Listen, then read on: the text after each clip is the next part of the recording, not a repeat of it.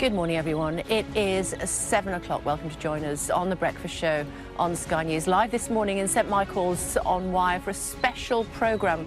Exactly 3 weeks since Nicola Bulley dropped her children off at school, took the dog for a walk along the River Wyre and then simply disappeared. As her family call for the public to focus on finding her, we'll retrace Nicola's last known movements as they happened later in the programme.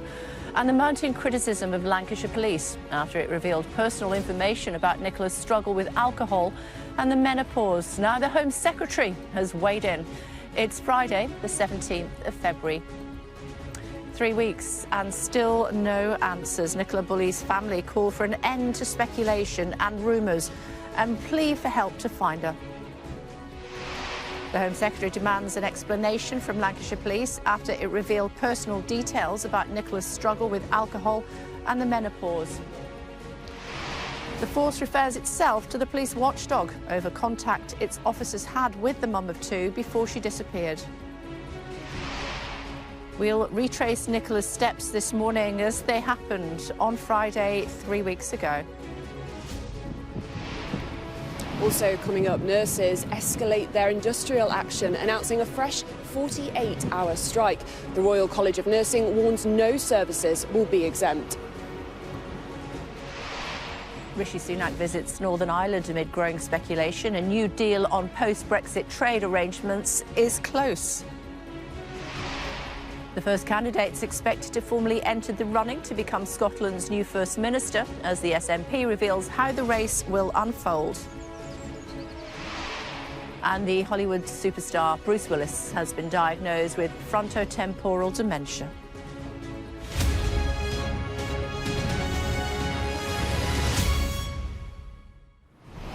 Morning, everyone. A special programme live for you today from St Michael's on Wyre in Lancashire. It's now exactly 3 weeks since Nicola Bulley was last seen after dropping her children off at school and taking the dog for a walk. The mum of two's family have issued a fresh plea for the public to focus on finding her and to end the speculation about her private life after Lancashire police revealed personal details about her struggle with alcohol and the menopause. The force is coming under growing criticism about those disclosures, with even the Home Secretary, Suella Braverman, now demanding answers. We'll be live here throughout the morning looking at the circumstances surrounding her disappearance. And later in the programme, we'll follow the same walk the 45-year-old took on that Friday morning 3 weeks ago. Insy's been covering the story for us throughout. He's with us again this morning. It's just starting to get light. This is the River Wyre behind us. What do we know? Well, this is Nicola Bulley's last known sighting. This is where she was with her phone, her dog Willow, the dog lead, all left around this bench behind us. And what is a very cold, a very deep River Wyre with a fairly steep bank and muddy bank on its way down to the river. And it was this It's only time about 2 feet deep, though, there. on the edge, around 2 feet deep. You go further into the river and some local fishermen have actually told us it can get up to about 25 feet deep in some parts. And it is a tidal river. The absolute nature of the River Wyre means that this river flows back and forth constantly. And if Doesn't the look like a police strong tide. No, not right now, but it does move, and it can move quickly, in a matter of minutes, in fact. If the police's theory, their main hypothesis that they've come up with and revealed early on in their investigation that Nicola Bulley accidentally fell into the River Wyre, then what they've said to me in the last few days, it is highly likely that the mum of two has ended up at sea around 9-10 miles away from this point into Morecambe Bay and into the Irish Sea. Are there any scuff marks? Did they find any scuff marks? Was there any blood on a stone where she might have banged her head? Or Okay, it's been 3 weeks. There wasn't a cordon set up around the bench when Nicola Bulley was first reported missing. No, there was police presence here and significant police presence, but there wasn't a crime scene as you would usually see. Nicola Bulley was marked initially as a missing person of high risk. Why was she high risk? It was due to specific vulnerabilities that her family, namely her partner Paul, had flagged to the police. Now just to clarify, the police had been to the house 2 weeks before? Yes, so it was on the 10th of January that police attended Nicola Bulley's family home. They said that they attended on reports for concerns for welfare. That was on the 10th of January. Medical team went as well? Yep, there were police there. There was medical professionals that police said went alongside with them, and that was 17 days before Nicola went missing. What else happened in that 17 days, we are unsure of. But what we do know is that on that morning, Friday the 27th of January, Nicola carried out her normal routine, dropped her kids off at school and took her dog Willow for a walk along the route that she would normally take. What happened in the 10 minutes that are unaccounted for is still a huge Let's have a question look at mark that, should we? for police. In more detail, bear with me if you would, please. She disappeared Friday morning, exactly 3 weeks ago. Look at what we do know, as Lindsay was saying there, from the police about her movements that morning. She went missing early on the 27th after travelling from her home in Inskip to the nearby village of St Michael's on Wyre. She dropped her children off at school in the village. That's on Garstang Road. Nicola then set off on her usual walk with her dog Willow, 8:43, along the River Wyre footpath. A dog walker who was familiar with Nicola saw her walking around the lower fields at approximately 8:50. We'll show you all of this in more detail later on. 8:53, she used her mobile phone to send an email to her boss. Then at 9:01, Nicola logged into a Teams call for work at approximately 9:10. A witness, somebody who also knows Nicola, saw her on the upper field walking her dog. We're going to place all this for you so you can have a clearer idea of what happened. 9:20, her phone moved towards the bench area, which is just behind us, towards the lower field at around 9:30. The Teams call ended, but Nicola stayed logged on to that call. Nicola's mobile phone and the dog, Willow, were found nearby on the bench behind us and the footpath next to the river by another dog walker at approximately 09:33. Crime correspondent Martin Brunt is here with us as well, but we don't know what happened to her. No, I mean, the police have given us their main working theory. They've got into all sorts of trouble because they didn't make it absolutely clear when they announced that there were other theories that they were still considering. And they are still looking. The searches keep going. As you've been talking to Indy about, the movement of the river means that when they clear some of the river or they don't find Nicola, they have to go back at some stage because the water has moved. There's always... I mean, let's not beat around the bush. When they say she went into the water, they're now looking for her body. And because of the water movements, bodies can move. So they clear one bit of the river, but they go back because they think that perhaps her body might have reappeared at an area that they've already searched. They've talked about land searches around the coastal area, 12 miles or so from here. They finished those land searches, but the sea search continues. And it's not a forgiving coast, that, as I know from, being this part of the world. Not the easiest. Searching a river estuary is complicated. I mean, it's difficult enough in a fast-moving river. The coastal area will present all sorts of problems. But they've got expert help. It's not just the police and their divers who are looking. They've got fire service and rescue. They've got mountain rescue services that have been helping. RNLI, all sorts of expert help. And they say that they're determined to keep going. And we've seen, actually, boats out on the water all the way down to the mouth of the river, working their way up the River Wyre, where it's incredibly tidal. We're down at the sea, it is incredibly choppy as well. So, if that is what they're looking for, a body in the water, Nicola's body, it is incredibly difficult to do so. But you've been in touch with the family constantly. They don't think she went in the water. No, the family want absolutely every possibility explored. The police were very quick to jump to their main working hypothesis that Nicola fell into the River Wyre. Immediately, the family went, hold on, we want to make sure the police's mind is open and that the public who are still searching for her, that their mind is open as well. They want to make sure that absolutely every avenue is explored. But Kay, look, for a family, 3 weeks, they're missing a daughter, they're missing a sister, a partner, a mum. They have gone through absolute hell over the last 3 weeks. It has been a roller coaster ride. It's been an absolute turmoil, and all they want is Nikki to come home. Yes, so much to talk about this case, isn't it? We're going to try and unpick it a bit more throughout the course of the programme. For now, guys, thanks very much indeed. Thanks a lot. Nicola's family have said this. It's now been 3 weeks since Nikki went missing. We as a family believe that the public focus has become distracted from finding Nikki and more about speculation and rumours into her and Paul's private life. Due to the perimenopause, Nikki suffered with significant side effects such as brain fog, restless sleep, and was taking HRT to help. But this was giving her intense headaches, which caused Nikki to stop taking the HRT, thinking that may have helped her, but only ended up causing this crisis. The public focus has to be on her and not making up wild theories about her personal life.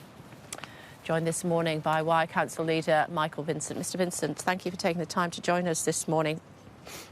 Thoughts? It's obviously very sad that we're 3 weeks on and Nicola hasn't been found. Our thoughts are with the family.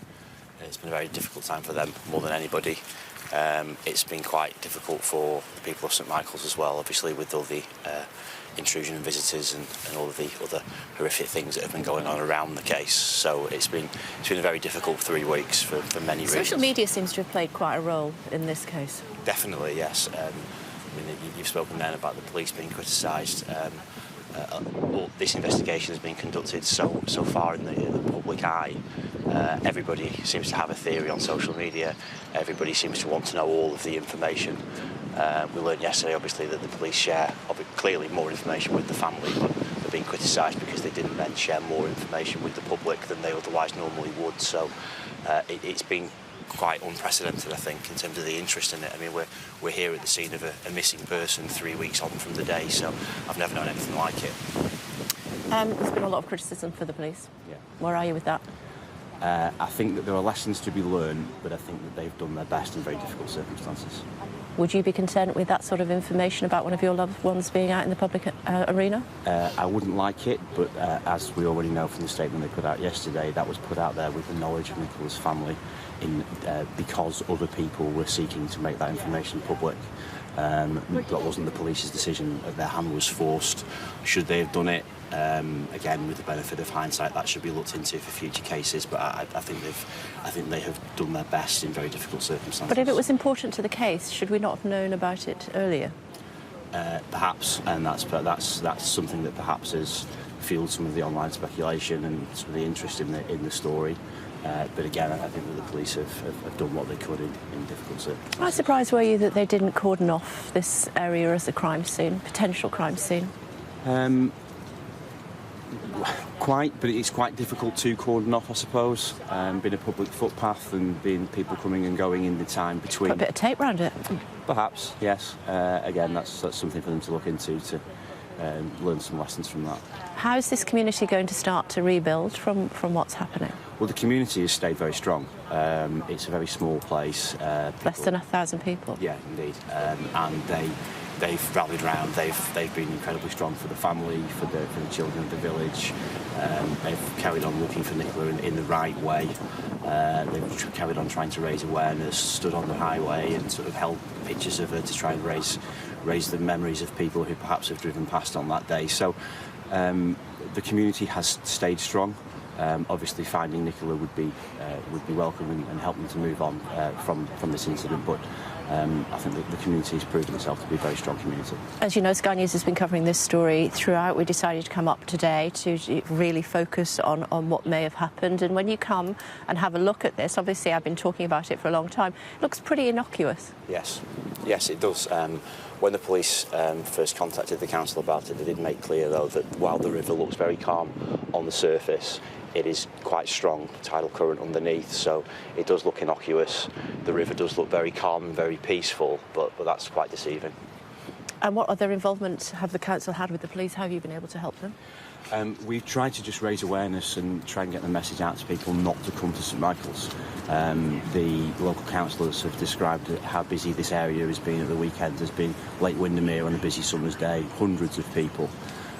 Tried to discourage people coming to somehow carry out their own investigations, which has been happening, and and just to try to stop some of the more darker elements of the public's interest in this. Yeah, people being arrested for going into people's back gardens with flash torches in the middle of the night. I mean, you've seen that there's no houses immediately around here, but houses just nearby people have reported being sat in their living rooms in an afternoon watching television, and people coming up to the windows, peering in, trying the doors. It's been terrifying for them. These are typically elderly people, extremely scared in their own homes. The residents have had to employ an external security company. That's just not acceptable. Didn't know that. No. OK, and how are they? Have you spoken to them? The local councillors have kept in regular touch with residents. Again, the community has stayed strong. People have typically stayed strong. They've been very resilient in these sort of difficult times, but they have found it very upsetting and very distressing. Do you need to look at what you might need to do to make this a safer place? Possibly, yes. I think you can always learn lessons from incidents like this. Obviously, the bank is quite steep. There's getting the balance right, though, between what is potentially one terrible incident and people's access to the river and the ability to walk and to fish and to do all the other things that they want to do on the river. So, but it is something you're going to look at? Yes, I mean, we aren't necessarily would be responsible for fencing it off as a borough council, but we would work with partners to look at what we can do across the board to make the River Wyre more safe for people, yes. It's good to talk to you. Thanks for taking the time to join us. Bear with me 1 second, if you would, please. Thank you. Well, Lancashire Police facing mounting pressure over its handling of the investigation after it revealed personal information about Nicola's struggle with alcohol and the menopause. The Home Secretary, Suella Braverman, has demanded an explanation. Additionally, the force has also referred itself to the watchdog over contact its officers had with the 45-year-old before her disappearance. On Wednesday, Lancashire Police revealed that Nicola Bulley suffered significant issues with alcohol, which had resurfaced in the months before she disappeared. Earlier this year, a response car with police and health professionals attended her home following a concern for welfare. It's been revealed that police have now referred themselves to the independent watchdog over the visit. 2.5 weeks later, Nicola Bulley disappeared at some point between 9:10 and 9:33 in the morning. She was reported missing to police just an hour and a half later. The next day, police drones, helicopters and dogs began the search for Nicola. 3 days into the search, Lancashire Police said for the first time that they did not believe her disappearance was suspicious. A week after she disappeared, police announced that they were working on the hypothesis that Nicola had entered the river. A team of underwater dive specialists joined police in searching the River Wyre, but failed to uncover new evidence. Following intense public interest, police issued a dispersal order in St Michael's on Wyre, where people were conducting their own searches. On Wednesday, police had a press conference and revealed that Nicola Bulley had specific vulnerabilities, which means that she's classified as a high-risk missing person. Just a few hours later, the force revealed personal details about Nicola, including that she struggled with alcohol issues and with symptoms of perimenopause. Martin and Inzi still with me. Martin, if that was so important, why didn't they tell us to start with? Because it's not the sort of information about a personal information about a victim that you would normally disclose. My feeling is that Lancashire Police were so stung by the criticism about the focus of their investigation, which was that Nicola had gone into the water rather than have been the victim of a crime, that they invaded the privacy of her family and of her in order to save its own reputation. I think that's what's happened. I mean, they began at the press conference by talking about her vulnerabilities without going into any great detail, which I think was fair enough. But why on earth, 3 or 4 hours later, they put out that astonishing statement that went into real detail about alcohol problems, menopause concerns, is beyond me and beyond most commentators. I mean, the force has been widely condemned by all sorts of people. And I think there's even a sense that the family, although the family must have known, did know, that some of this information was going to come out. I think even they were astonished at the reaction that it's provoked, and perhaps, with hindsight, think, well, maybe the police shouldn't have put those kind of details out. Well, and they certainly feel Nicola wouldn't have wanted them. Yeah, and the Shadow Home Secretary and the Home Secretary both wanting answers. Yes, Lancashire police are under the cosh. I mean, they're being investigated, or they may be investigated, over their initial contact with Nicola and her family on the 10th of January. We've already talked about, you know, the welfare concern that drew police and health professionals to the house. 17 days later, Nicola vanishes. So it's standard practice, really, that the police watchdog, the IOPC, would look at what happened on the 10th of January to see if the police did everything they could to see if there's a connection with what the police did or didn't do on the 10th of January and Nicola's disappearance on the 27th. And the Home Secretary, quite rightly, wants to know why police said what they said 2 days ago.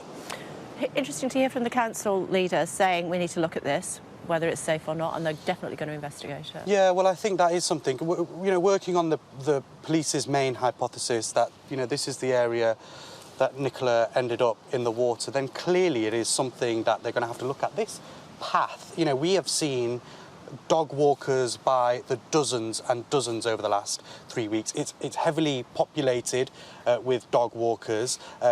Obviously a small village, but people come from far and wide to walk their dog here. It is a beautiful part of the world, there's no denying that, but clearly there is an issue by this bench. It's very muddy here. It would be very, very easy to slip. And Kay, I don't know if you can actually see, but in the river, there are parts of the river where there are some quite disconcerting whirlpools of water. That signifies that there are quite deep parts of the water of the River Wyre here as well. So, you know, a huge worry if it is the case that Nicola ended up in the water. If I may, Kay, I've been speaking to Nicola's family all throughout the last 3 weeks. I interviewed her sister, her mum and dad, just days after she went missing. Sky News has also heard from her partner, Paul, as well. But a note coming in from her father, whilst he's watching this morning, he says, we've had an incredibly hard few days, and it is just fingers crossed that what we're doing today, raising awareness of Nicola still missing 3 weeks on, helps them get some answers. But that is a family still really struggling to come to terms with Nicola being missing for 3 weeks now. OK, I know you're going to be with me throughout the morning, gentlemen. For now, thanks so much indeed. Also still to come on the programme for you, speaking to Simon Harding, a former Met Police Detective Chief Inspector, for his assessment on how Lancashire Police are handling the investigation. And nurses are escalating their industrial action with more strikes next month, speaking to Chief Exec of NHS Providers, Sir Julian Hartley. And at just after 8, speaking to Labour's Shadow Foreign Secretary, David Lammy. We'll have all the latest from St Michael's on Wyre throughout the morning, but first let's take a look at some of today's other news for you. And some breaking news in the last few moments. The latest retail sales figures show retail sales volumes increased by 0.5% in January after a fall of 1.2% in December of 2022. The ONS says the rise was driven by January sales promotions for online and non-food sales, though the cost of living and food prices continue to hit food sales. And some more breaking news this morning. NatWest has revealed its profits surged by more than a third to reach 5.1 billion last year as it ramped up mortgage lending and took in more income amid higher interest rates. The Royal College of Nursing has announced its biggest walkout of the pay dispute in England. The union has said no services will be exempt, meaning the strike will involve, for the first time, nursing staff working in emergency departments, intensive care units, cancer care and other services. Let's get more with Becky joining us from the University College Hospital. Becky, good morning. Yeah, it's a dramatic escalation, Kay, as you mentioned. Nurses working in A&E departments and cancer care, they will be striking. And NHS leaders have understandably expressed their alarm at this. Now, previously, because of industrial action in the NHS, since the end of last year, around 140,000 appointments have been cancelled. That is nothing to be taken lightly, but this time you could see patients in need of potentially life-saving treatment, in need of cancer care, and that care is in jeopardy. Now, the Nurses Union have said they will provide life and limb cover. They are in discussions with the government about what that will look like, but they have said that they will provide the absolute minimum staffing, and they have said that the NHS should look to other clinical professions, other unions to cover for them. But even if that cover is in place, this strike could have potentially deadly consequences for patients. Now, this, of course, has all come about because talks between the union and the government about pay and working conditions are not getting anywhere. The Royal College of Nursing has accused the Prime Minister of refusing to negotiate. And we're seeing similar things across the public sector. But of course, with nurses, with NHS staff, the stakes are so much higher if you have got patients showing up in need of urgent care and that care might be in jeopardy. OK, for now, thank you. Well, the Scottish National Party says it will announce its new leader on the 27th of March after the surprise resignation of the First Minister, Nicola Sturgeon. No one has officially thrown their hats in the ring yet, but several candidates have ruled themselves out of the race, including the SNP's Westminster leader, Stephen Flynn, Deputy First Minister John Swinney and SNP Joanna Cherry. According to reports, the Scottish Health Secretary, Humza Yousaf, is considering entering the race. Mr Yousaf is the first non-white and first Muslim cabinet minister in the Scottish government. Rishi Sunak is in Northern Ireland today. Amid growing speculation, he could be close to securing an improved post-Brexit deal with the EU. It's understood the PM will meet political parties to discuss fixing the practical problems on the ground. Our political correspondent, Rob Powell, has more. Rob. Yeah, this certainly looks, Kay, like we are in the end game here of this lengthy, protracted process to try and find some sort of settlement to fix some of the issues relating to Northern Ireland that stem from the Brexit deal that was signed by Boris Johnson. Rishi Sunak and his Northern Ireland secretary flew to Belfast last night. They'll have meetings today with political parties and other involved groups. Rishi Sunak will then fly on to Germany, to Munich tomorrow, where there's likely to be more meetings with European leaders. At the same time, the Foreign Secretary, James Cleverly, is heading to Brussels today for meetings with EU leaders. So all the parts look to be moving into place. I think the most critical meetings, the most important meetings Rishi Sunak will arguably have today will be with the DUP, unionist politicians in Northern Ireland who are refusing to allow Stormont, the devolved assembly in Belfast, to sit in protest at what they see as Northern Ireland being carved away from the rest of the United Kingdom as a result of that Brexit deal. If those democratic institutions are to get up and running in Belfast again, Rishi Sunak will need to get the DUP on board. He will also, though, need to square his Conservative backbenchers. So, yes, big practical issues to solve as well, but big political issues and big political risks for Rishi Sunak as well. OK, thank you. The Hollywood star Bruce Willis has been diagnosed with frontotemporal dementia, according to his family. They took to social media, I should say, to announce how his condition had advanced. The 67-year-old die-hard actor announced he was stepping back from his career after being diagnosed in March of 2022 with aphasia, a condition affecting the brain which causes difficulty with language and with speech. Coming up after the break, we'll have the latest from St Michael's on Wyre, 3 weeks to the day since the disappearance of mum of two, Nicola Bulley.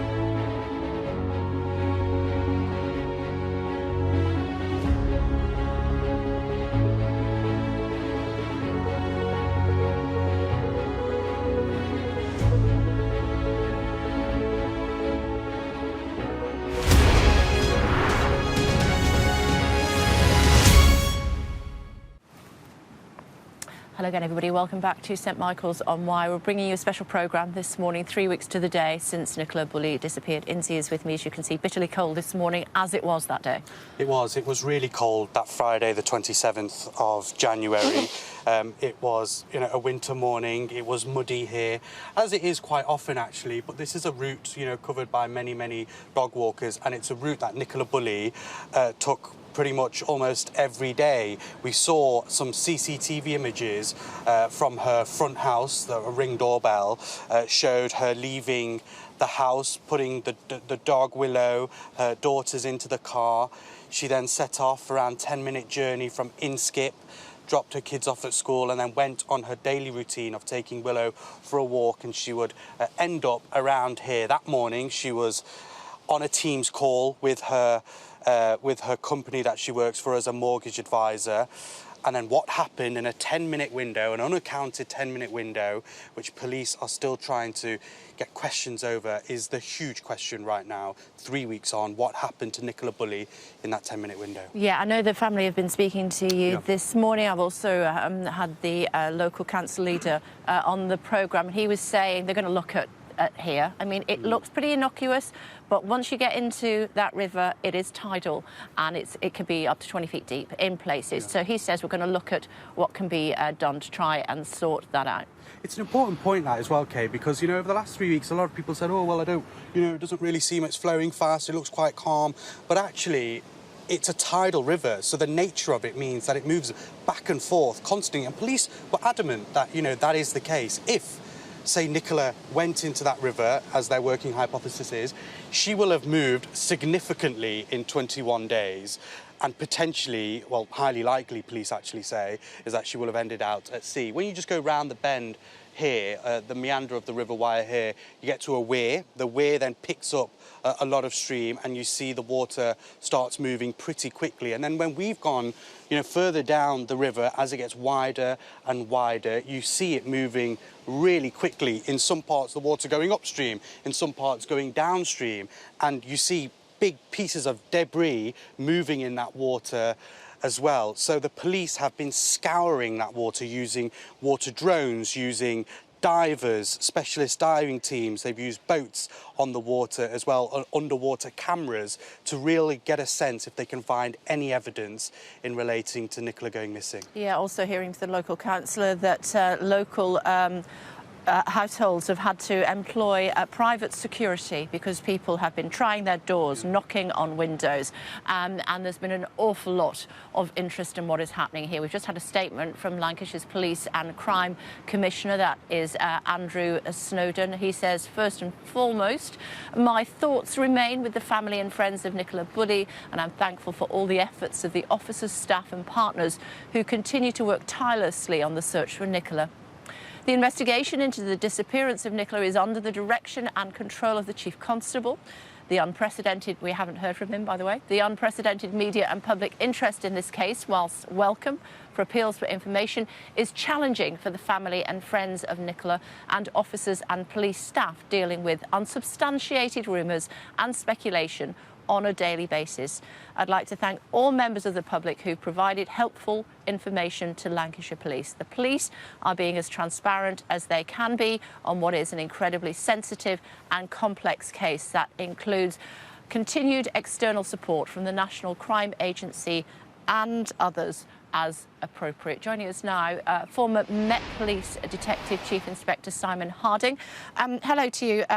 Thank you for joining us on the programme. Your thoughts on how this case has been handled by Lancashire Police over the last 3 weeks?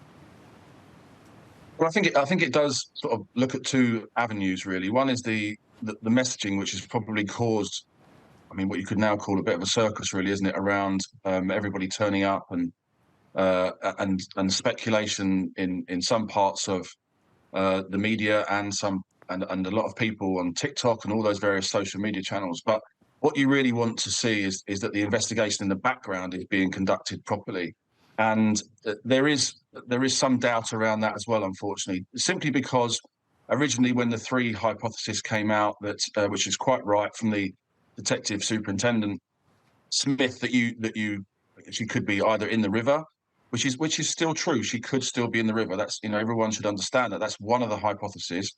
And also, she could have left of her own accord that area. And we now know from the press conference on Wednesday that there is a possibility. There are routes out of there which are not covered by CCTV. So, and I think within the actual press conference itself, the superintendent did mention that just the day before that press conference that they'd identified a path which that doesn't have that sort of coverage and is a possible route out. Now that was a slight worry because obviously the area hasn't been cordoned off, as we say. And so, those are the routes in the past that you would want probably fingertip searches on just to make sure. So everything should still be on the table, all of those hypotheses. And probably the reason why it's gone a little bit array for them is because it just felt like they were pushing into just one of those three. Yeah, I mean, I walked down that path actually this morning and I wasn't aware until a couple of days ago that there was no CCTV that was covering that path or the entrance or exit to it. I wondered why the dog wouldn't have followed her if she'd walked along the path. But there is a kissing gate here, so potentially the dog wouldn't have been able to get through if she'd wanted him to stay behind. But the police are still confident that their working hypothesis is that she stumbled down the bank behind us here or in some other way found herself in the water. Yeah, and I think, it's phraseology sometimes. The sort of phrase we use about an open mind is that everything is on the table until you can actually take it off the table. So if you have direct evidence, factual evidence that she has gone in the river, then of course that would be your main one. But I think because they're suggesting that there isn't evidence that she's left or been taken by a third party, for example, then that's why those are still on the table. However, there's as much evidence of that that she's left of her own accord through that pathway, for example, than there is that she's gone into the river. So I'm sure they are, and I can see that they are doing lots and lots of work in the background, and having the NCA, as they've said, by their side and other partners who will be helping is a reassurance in some part too. OK, should we have seen more from the Chief Constable? Well, it's not for me to say, really, but I mean, I think the person that I always wanted to speak, or hear from, rather, was the SIO, because, having been an SIO, I always think that the family want to see you because you're the person, you're the front and centre of this, and those are the people I want to see. Quite often, when you have those almost like figureheads of the Assistant Chief Constable and the Chief Constable come out, it's more of a corporate reassurance and top cover, as they call it. But you want the person that's dealing with the day in, day out of the inquiry, and obviously the Chief Constable won't be doing that, but they'll be being briefed, as I'm sure now members of Parliament are being briefed as well, on a daily basis of any developments that might happen due to the nature of how this is grown. And would you have been comfortable releasing the sort of information that we have heard about Nicola over the last couple of days? No, I don't think I would have done. But I think that's probably down to that original media strategy where you're almost justifying why, on a personal level and as a team level, why you believe more than anything else that she's in the river. And I don't think that was necessary. If your original strategy is just that you give weight to all three of those scenarios, then of course people were expecting you as part of one of those to be in the river. They were expecting you to get CCTV and getting dash cams. You don't then have to allude, in the background what your favoured one is because of her background, but you wouldn't necessarily have to have pushed it into the public arena. And I think that's probably the worst thing that's come out of this now, especially talking about alcoholism, for example, linked with the menopause. I mean, there was nothing to suggest that she was drunk or anything that morning, having driven her kids to school and went through her routine and met people and logged on to calls and arranged dates and all those sort of things. So the necessity of saying that is probably, for me, unnecessary. OK, it's good to talk to you. Thanks for joining us. Thank you. Martin's still with us. We're here 3 weeks on. No sign of her, hasn't been for the whole 3 weeks. The dog was here, the phone was here, the lead was here. Where did the police go from here? They continue to search. It's difficult to see them ever bringing a halt to the search, but I guess inevitably they will get to a point where they will stop the search. This may be many weeks off, and then leave the case open and be prepared to react when any new information or evidence comes forward. But we may be a long way from that. I mean, at the moment, for all the controversy they've stirred up over the way they've handled it in a media sense, they say they are absolutely determined to carry on the search. They still, as far as we know, have 40 detectives working on the case and perhaps as many as 20 other officers. They still have a range of expert search teams available to them. So at the moment, there doesn't appear to be any let-up in their endeavours to find Nicola. But they don't think that they will find her alive? I think hopes of that happening must be fading very fast. And I think also for her family, they must be coming round to the idea that perhaps they aren't going to see her alive again. But, I mean, the important thing for the family is that they've been shown no evidence, there is no evidence that she's even come to any harm.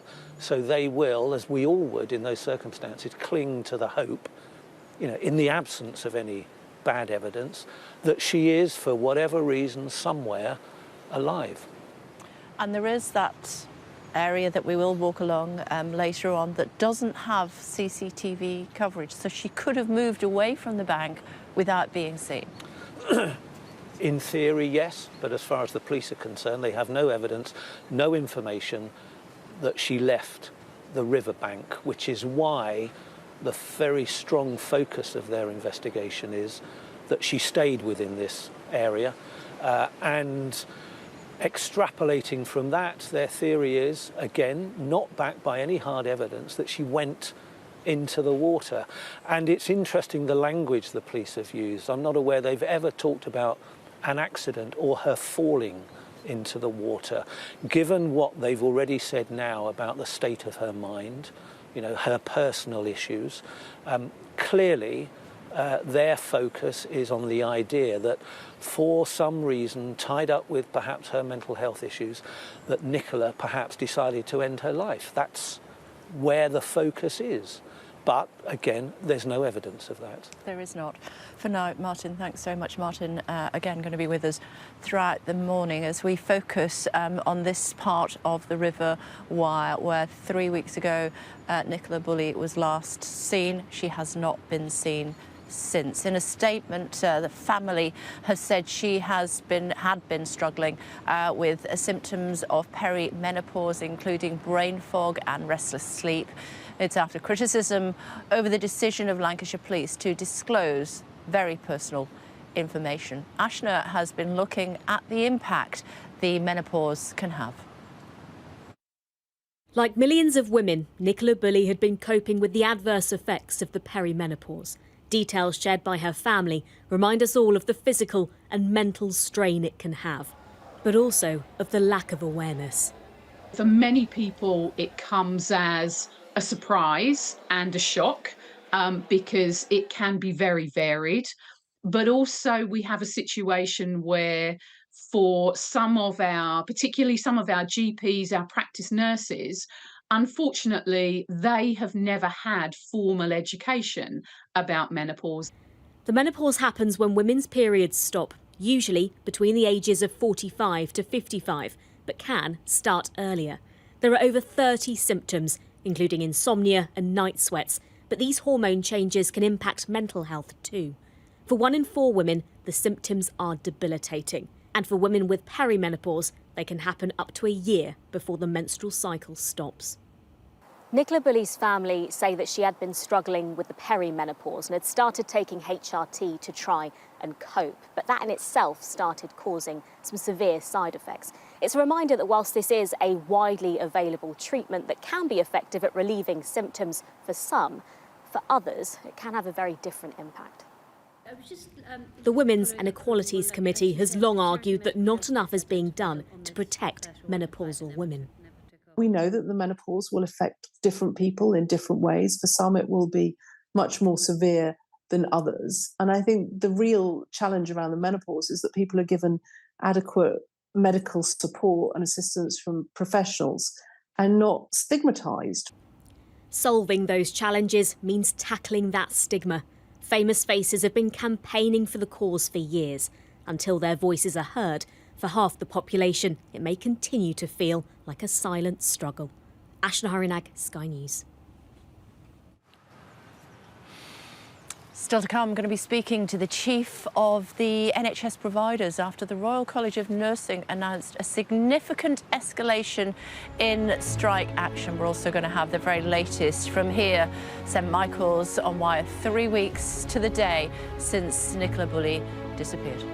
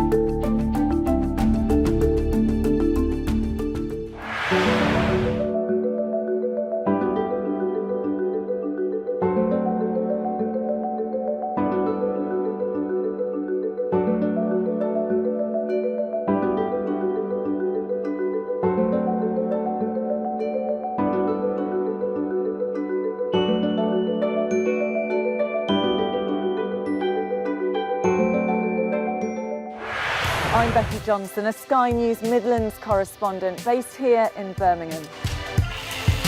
Allegations of exploitation in Leicester's clothing factories aren't new. In fact, it's been an open secret in this city for years. Made for people who want clarity in an uncertain world.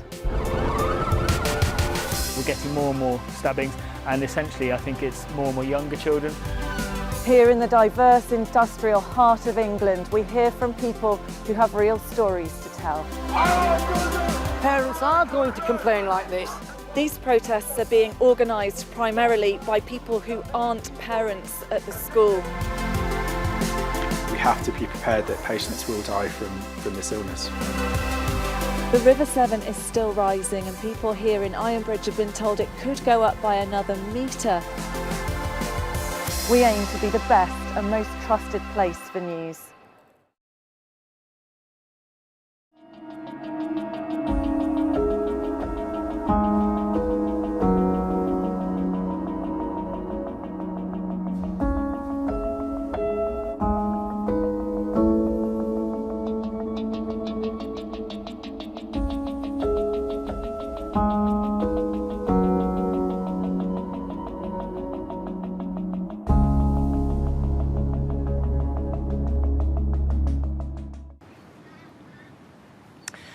Hello again, everyone. It's 3 weeks since Mum to Nicola Bulley disappeared at this spot here on the River Wyre, despite an extensive search by Lancashire Police involving more than 40 detectives, hours and hours of CCTV, conversations with up to 700 drivers, dog walkers who use this path regularly. There has been no sign of Nicola.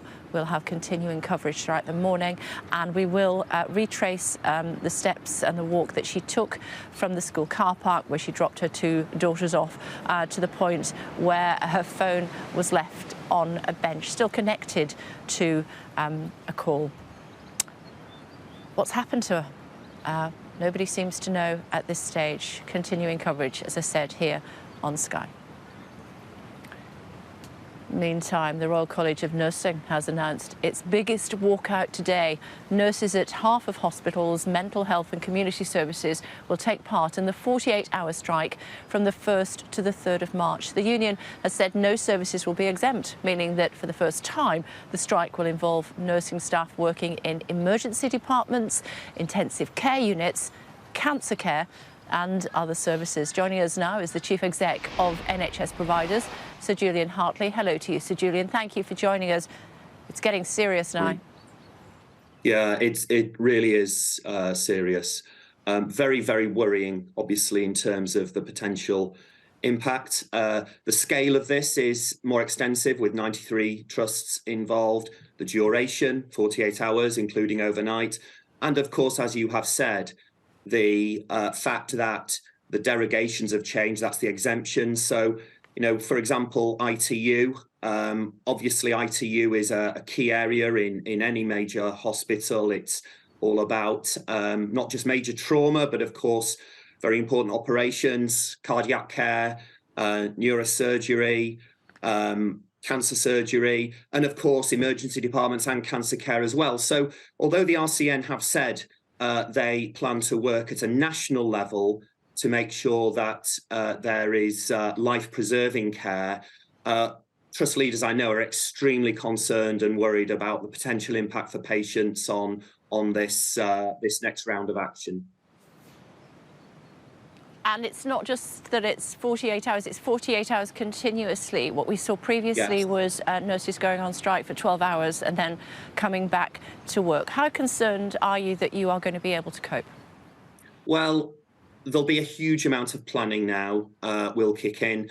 There'll be all of the work to think about contingencies and how we do protect patient safety and care. But obviously, as you say, the fact it's overnight as well. So the intensive monitoring, for example, of patients that goes on continuously night and day, finding ways to make sure that that's managed and taken care of. There are so many logistical, practical challenges, not just actually in hospitals, but across the whole of the NHS, in other organisations as well that are affected, obviously in community services, mental health and so on. So this is really quite a significant development, and I know trusts will be working hard to protect patients. But the other thing to say, of course, is there'll be a significant amount of care disrupted. So planned operations, we've already seen 140,000 admissions, outpatients and so on being disrupted. And we're likely to see another large number at a time when the NHS is driving towards reducing the backlog of patients waiting for care and treatment. And so it's a key time for us to focus on those priorities, which I know everyone in the service wants to do. And what's your advice to people who are concerned either for themselves or their loved ones who may well be using the services of the National Health Service during those 48 hours? Well, people should still attend as usual unless they hear otherwise. Trusts will do everything they can to manage and mitigate the risks. There is likely to be disruption, and patients should wait to hear from their hospital if that's the case. If they don't hear anything, they should attend as normal. But obviously, over the coming days, there'll be a lot more work, I know, at a national level to work with the RCN to look at that issue of derogations and where that ends up. But I'd just emphasise that trusts will be doing everything they can to try to work through this to protect patient safety. That is absolutely the top priority. Good to talk to you. Thanks for taking the time. Thank you. Thank you. 3 weeks ago today, Nicola Bulley's phone was found on that bench. The dog's lead was found on the bench. The dog was here, Willow, running around, but there was no sign of Nicola Bulley. If we look from our other camera, you can see the River Wyre. It's a beauty spot. It's where a lot of dog walkers come. She had seen quite a few dog walkers who, well, certainly they have contacted the police to say, yeah, we saw her. She was doing this. She was in the upper field. She was in the lower field. But what happened to her before 10 o'clock. Since that day, there has been absolutely no sign of Nicola. Her family are out of their minds. worrying about where she is. She's a mum, she's a partner, she's a sister, she's a daughter, and they've waited and waited to try to discover her fate. The police say that they feel that she entered the river. The family say that is not what has happened, and they just want her to come home. Continuing coverage here on Sky.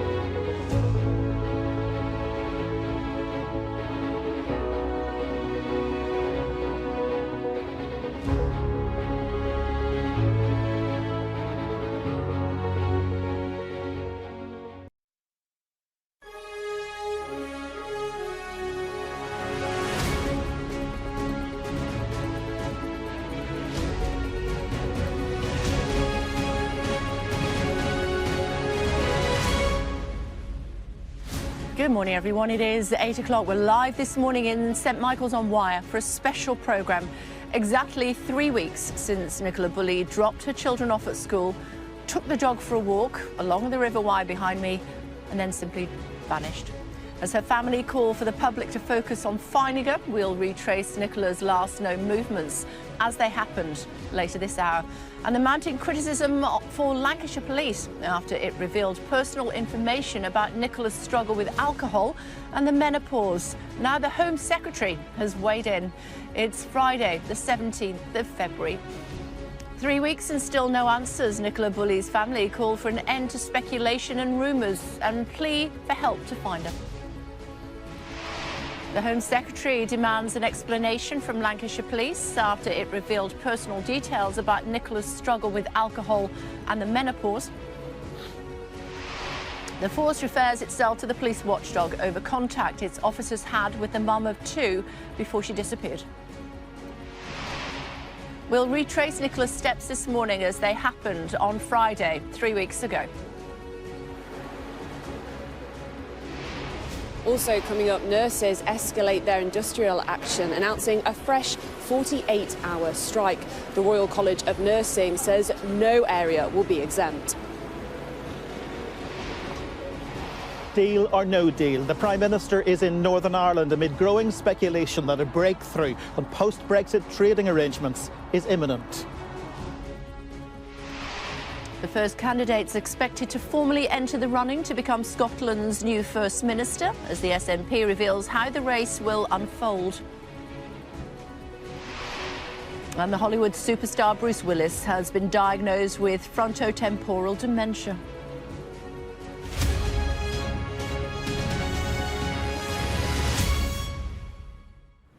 Morning and welcome to a special programme live from St Michael's on Wyre in Lancashire. It's now exactly 3 weeks since Nicola Bulley was last seen after dropping her children off at school and taking the dog for a walk. The mum of two's family have issued a fresh plea for the public to focus on finding her and to end the speculation about her private life after Lancashire police revealed personal details about her, including issues with alcohol and the menopause. The force is coming under growing criticism about those disclosures, with even the Home Secretary, Suella Braverman, now demanding answers. We'll be live here throughout the morning looking at the circumstances surrounding her disappearance, and later in the show we'll follow the same walk the 45-year-old took on that Friday morning 3 weeks ago. Inzi is here with me. 3 weeks, no sign. Well, let's think about it, Kay. Let's take it back 3 weeks ago. What Nicola would have been doing this morning, getting her two daughters up, getting them ready for school, getting her dog Willow ready to take out for a walk. This is all that would be going on 3 weeks ago today, on the 27th of January. She did all that. It was routine for her, a mum of two. She took the girls to school, she dropped them off, she went and took Willow for a walk, and then there were 10 minutes unaccounted for, which police, which her family, which members of the public, a very tight-knit community here in St Michael's on Wyre, do not know what happened to Nicola Bulley. And the last 3 weeks has been not only absolutely hellish for the family, but it has brought the best of this community. In a way, we have seen this community band together, come out in full force, searching for Nicola. Dog walkers coming together to see if they can find any traces of evidence to find the mum of two. But it has also revealed, and I think many would say, and we've heard the criticism of Lancashire police, some flaws in an investigation. There are still many questions over how Lancashire police have conducted this investigation, particularly their communications. But the bigger question remains is, where is Nicola Bulley? Did she fall into this very cold, often very deep river, which moves back and forth very quickly off this steep, muddy bank? Actually, because, you know, looking at it, I'm a dog walker, and I would have, if I was walking past here, I would have no fear of what is happening there. And we're told that it's only 2 feet deep if you fall in here, or if you get into the water, it's 2 feet deep here, but it's tidal. Yeah, and look, if you did this route every single day, you know, of course, you're not going to be worried by the steepness of the bank and how muddy it is. You know, you're used to it. But on the edge, yes, it's about 2-3 feet deep. There are a lot of rocks and stones there as well. But Kay, I've seen divers go into this river over the last 3 weeks, and as you go into the centre of this part of the River Wyre, there is a huge drop, around 15 to 20 feet. A lot of local fishermen tell us as well. There are whirlpools we can see this morning of the river as well. That suggests that there are some deep parts of the river, as you can see there. But clearly, you know, it is an innocuous area. It's an area which the police will have looked at extensively over the last 3 weeks, and not just here on this corner, but further downstream as well. They will have looked at many parts of the river, and of course the mouth and into the sea as well, where police believe if she has fallen into the water, that's where it's highly likely she's ended up. What secrets does this bend in the river hold? That's what the police want to know. That's what her family want to know. She disappeared. Let me tell you a little bit more about the timeline. She disappeared on Friday morning, exactly 3 weeks ago. Later this hour, we'll be retracing Nicola's steps, but first let's take a look at what we know so far excuse me, from the police about her movements that morning. Nicola went missing early on the 27th of Jan after travelling from her home in Inskip, round the corner really, to the nearby village of St Michael's on Wyre. She dropped her children off at school in the village on Garstang Road. Nicola then set off on her usual walk with her dog Willow at 8:43 a.m. along the River Wyre footpath. A dog walker who was familiar with Nicola saw her walking around the lower field at approximately 8:50. We'll show you that in a bit. 8:53, she used her mobile phone to send an email to her boss. Then at 9:01, Nicola logged into a Teams call for work. At approximately 9:10, a witness, somebody who also knows Nicola, saw her on the upper field walking her dog. 9:20, her phone moved towards the bench area behind me and towards the lower field. At around 9:30, the Teams call ended, but Nicola stayed logged on. Nicola's mobile phone and her dog Willow were found nearby on the bench behind me next to the river by another dog walker at approximately 09:33. Let me just show you that bench behind me here. So that is the spot where her phone was found. The dog was running around here. Her lead was on the bench there. But what has happened to Nicola? We're going to be talking about that, and we're going to retrace her steps for you in the next 45 minutes or so. Meantime, let's bring in David Lammy, should we? He is the Shadow Foreign Secretary for now, speaking to us on behalf of the Labour Party this morning. I know that we're going to talk about lots of other things. Let me just talk about what's happening here. I know that you're a family man, and your heart must go out to the family. Oh, it's awful. And it was hugely surprising to hear those personal details about Nicola Bulley revealed in the way that they were. I think that all of us are praying and hoping that she's out there. You want to have a call out for her to return to her family, notwithstanding what's been said about her. And my heart goes out to her daughters particularly, who must be hugely, hugely distressed not having their mummy at home. Yeah, we spoke to Yvette Cooper actually yesterday. She wanted some answers from Lancashire Police about the information that they had released about her. Your view on that? It's unclear to me why this information was pertinent and important to the investigation and how it leads to her return. And so, like so many members of the public, I'm surprised that this has happened in this way. The important thing now is that she's found and that she's returned to her family. Talk to me about the boss going to Kiev yesterday. What was all that about? Well, look, I think it is important to underline very, very clearly the cross-party support for the Ukrainian people at this time, particularly as they prepare for what looks like a spring offensive and more aggression from Putin and his troops and his forces.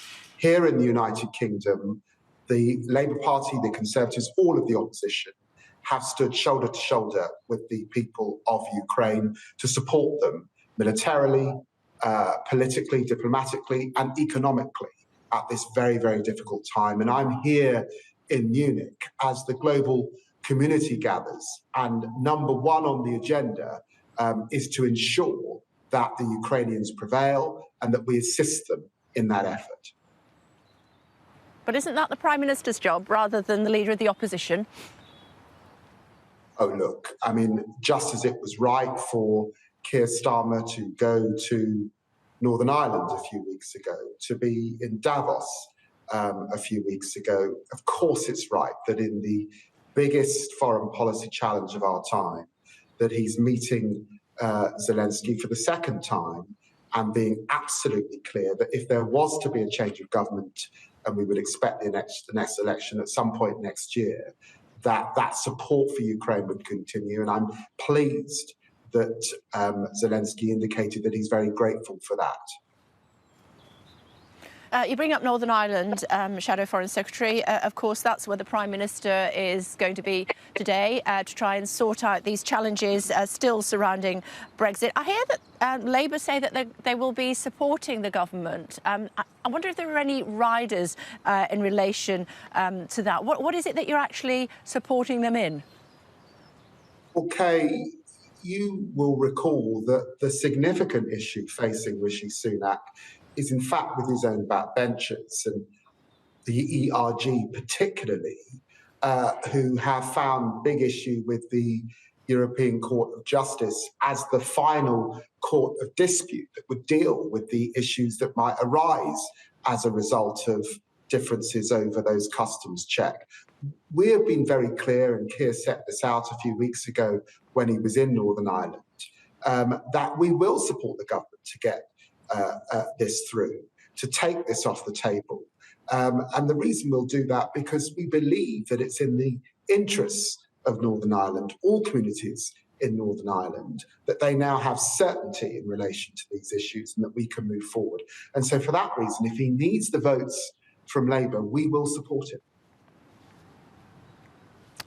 OK, so there aren't any riders there. If they go ahead with what has already been discussed, they've got your complete backing. They do have our backing. We're clear on that. OK. Talk to me about why you're in Munich today. Well, look, I think that there are three issues facing the global community that we gather for. One, of course, is Ukraine that we've discussed. The second is China, these spy balloons, aggression in the Taiwan Straits. And the third is Iran and their desire for nuclear capability over this next period. So this is a dangerous moment. I'm here to bring the message that we believe that the United Kingdom has to be reconnected in the global community, reconnected with our allies to deal with these big issues, to bring that message about how a Labour government would approach these issues, to meet with world leaders, but to underline and to speak about the challenges that are facing not just our own economy, but many economies across the globe, because all foreign policy at this time is domestic. When we see the fights on energy, the fights on climate, migration, all foreign policy comes back to domestic policy and the security and prosperity of our own people in the United Kingdom. OK, safe journey back home. Thanks so much indeed, as always. Thank you. Rob standing by for us. Rob, your thoughts? Yeah, it's fascinating, isn't it, Kay, that David Lammy, not too long ago, a few years ago maybe, was a pretty vocal campaigner for another referendum and for Remain to be an option in another Brexit referendum.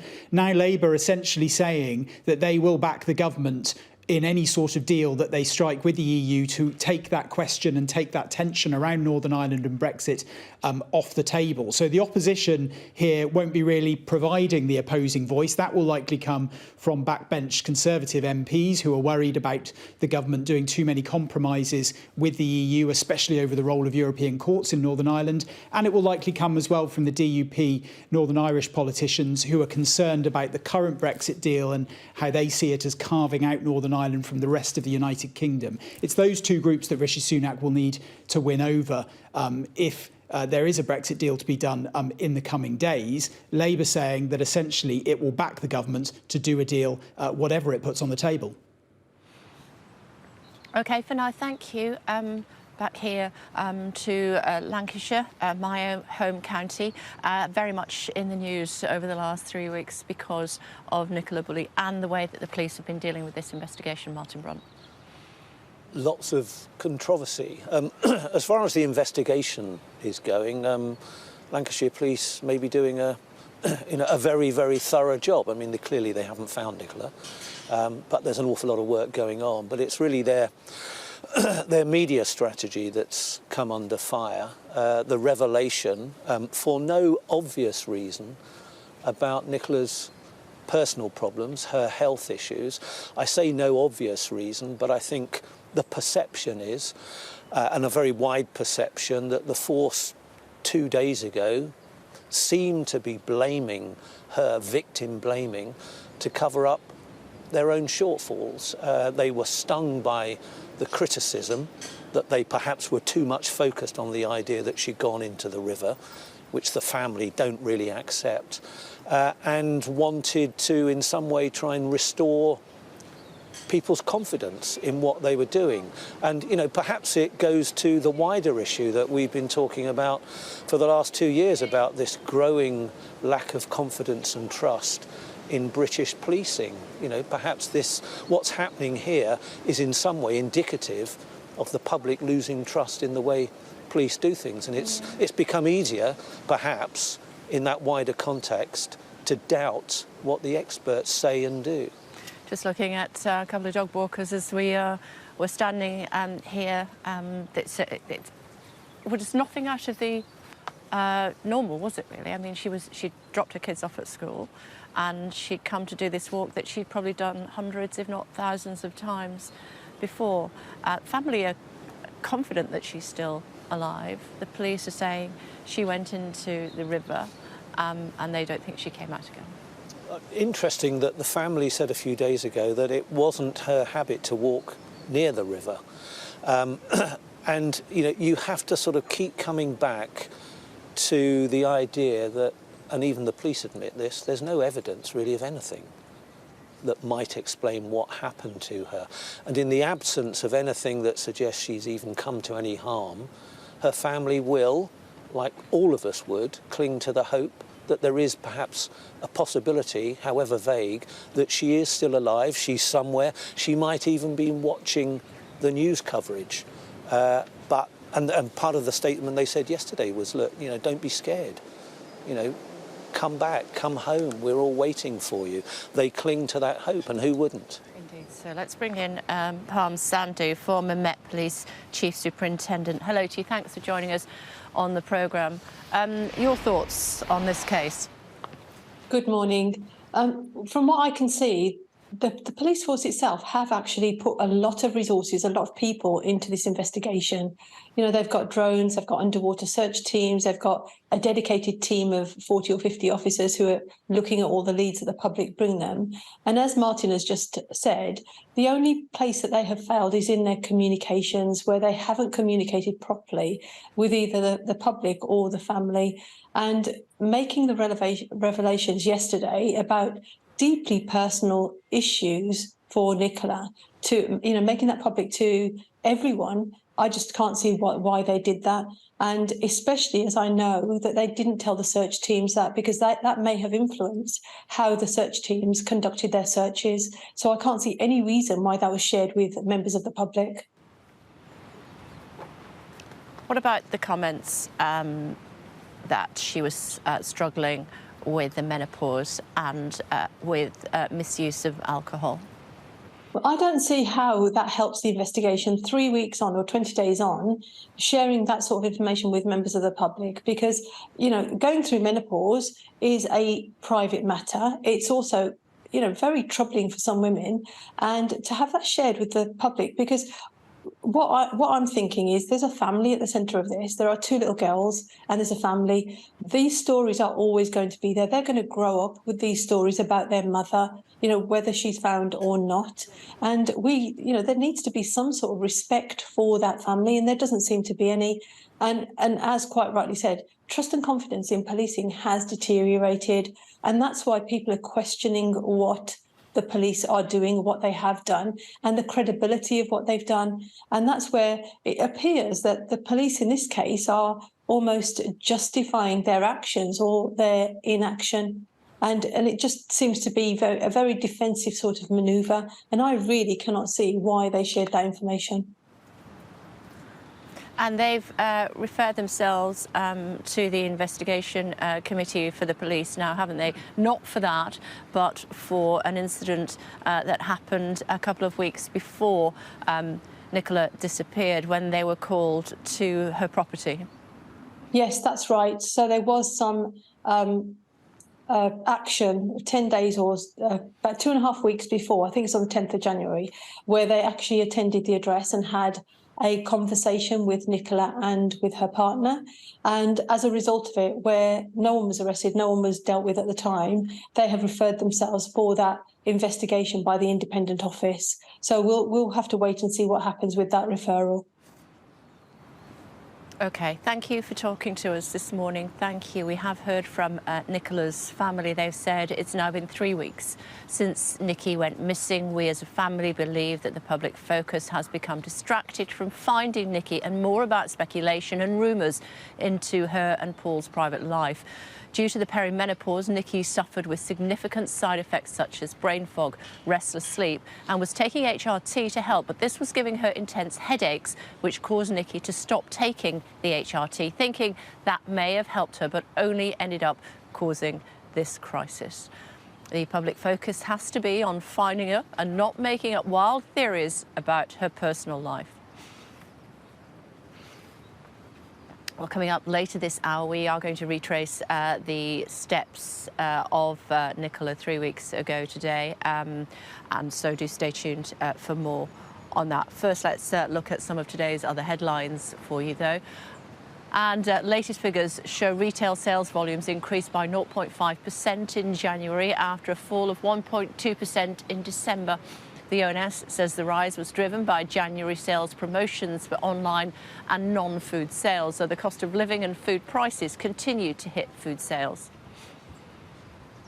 Also this morning, British banking giant NatWest has revealed its profits surged by more than a third to reach £5.1 million last year as it ramped up mortgage lending and took in more income amid higher interest rates. The Hollywood star Bruce Willis has been diagnosed with frontotemporal dementia, according to his family. They took to social media to announce how his condition has advanced. The 67-year-old die-hard actor announced he was stepping back from his career after being diagnosed in March of 2022 with aphasia, a condition affecting the brain which causes difficulty with language and also with speech. Rishi Sunak is in Northern Ireland today amid growing speculation he could be close to securing an improved post-Brexit deal with the EU. It's understood the PM will meet political parties to discuss fixing the practical problems on the ground. Our senior Ireland correspondent David Blevins joining us now. Hello, David. What are you expecting today? Well, we've entered what one newspaper is describing as a period of frenetic diplomacy now. The Prime Minister is in Northern Ireland for various meetings with political leaders. The Foreign Secretary, James Cleverly, is in Brussels for a meeting with the European Commission Vice President, Mario Šefčovič. And then Rishi Sunak will travel to Munich for a security summit at which he's expected to meet EU leaders on the fringes. And all of that is signalling that we are now closer than ever to a breakthrough on the contentious Northern Ireland Protocol. Just to remind people, the protocol was the bespoke part of the Brexit withdrawal agreement, which dealt with the complication of Northern Ireland sharing a land border with the Republic of Ireland, which of course remains part of the European Union. To avoid any checks here on this island, Boris Johnson and the EU agreed to the establishment of a trade border in the Irish Sea instead. But the Unionists felt that compromised Northern Ireland's place in the United Kingdom, and as a result of it, they have boycotted the power-sharing arrangement at Stormont ever since. Now, it looks like we're very close to a new arrangement, but the real test will be at Stormont, because even if Rishi Sunak manages to pull this off, and he'll be able to claim that he's avoided a trade war with the EU, and that's quite an accomplishment, and be able to say that it was him and not Boris Johnson who actually got Brexit done, if it's not enough to bring the Unionists back into the power-sharing government at Stormont, well, the power-sharing administration at the heart of the Good Friday Agreement will effectively be dead. OK, for now, David, thank you. Well, the Scottish National Party says it will announce its new leader on the 27th of March following the resignation of the First Minister, Nicola Sturgeon. No individual has officially announced a bid to become Nicola Sturgeon's successor. Several candidates have ruled themselves out of the race, including the SNP's Westminster leader, Stephen Flynn, the Deputy First Minister, John Swinney, and the SNP MP, Joanna Cherry. According to reports, Scottish Health Secretary Humza Yousaf is considering entering the race. Mr Yousaf is the first non-white and first Muslim cabinet minister in the Scottish government. The Royal College of Nursing has announced its biggest walkout of the pay dispute in England. The union has said no services will be exempt, meaning the strike will involve, for the first time, nursing staff working in emergency departments, intensive care units, cancer care and indeed other services. Our correspondent Becky Cottrell is with us at University College Hospital. Hi Becky, tell us more. Well, you just pointed out, Kay, those nurses in critical care departments walking out. That is the first time this has happened, and it is a dramatic escalation. And understandably, NHS leaders are raising alarm bells. You know, before we've seen appointments and procedures cancelled because of these NHS strikes. That is nothing to be taken lightly. But now, with this new strike, you could see patients showing up for cancer care, needing potentially life-saving procedures, and that care is in jeopardy. Interestingly, I just spoke to a woman outside the hospital, very emotional. Her 15-year-old daughter is in intensive care, very ill. She is terrified about what this strike could mean, but she said she didn't for a second blame the nurses. She wants the government to do something about this. Now, the Royal College of Nursing has said that during this strike they will be providing life and limb care, and they are talking to the government about what that will mean exactly, but they said it will be the absolute minimum level of staffing, and they are encouraging the NHS to look to other clinical professions, to other unions to provide cover.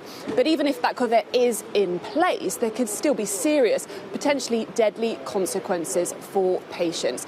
Now, this has all come about, of course, because talks between the union and the government over pay and working conditions have completely broken down. The RCN has accused the Prime Minister of refusing to negotiate. And we've seen similar things across the public sector. But of course, with NHS workers, with nurses, the stakes are so much higher. OK, for now, thank you. Still to come in just a few moments, retracing the steps that Nicola Bulley took on that Friday, 3 weeks ago today, from the edge of the park to this bench. We'll do that in just a second. Stay tuned.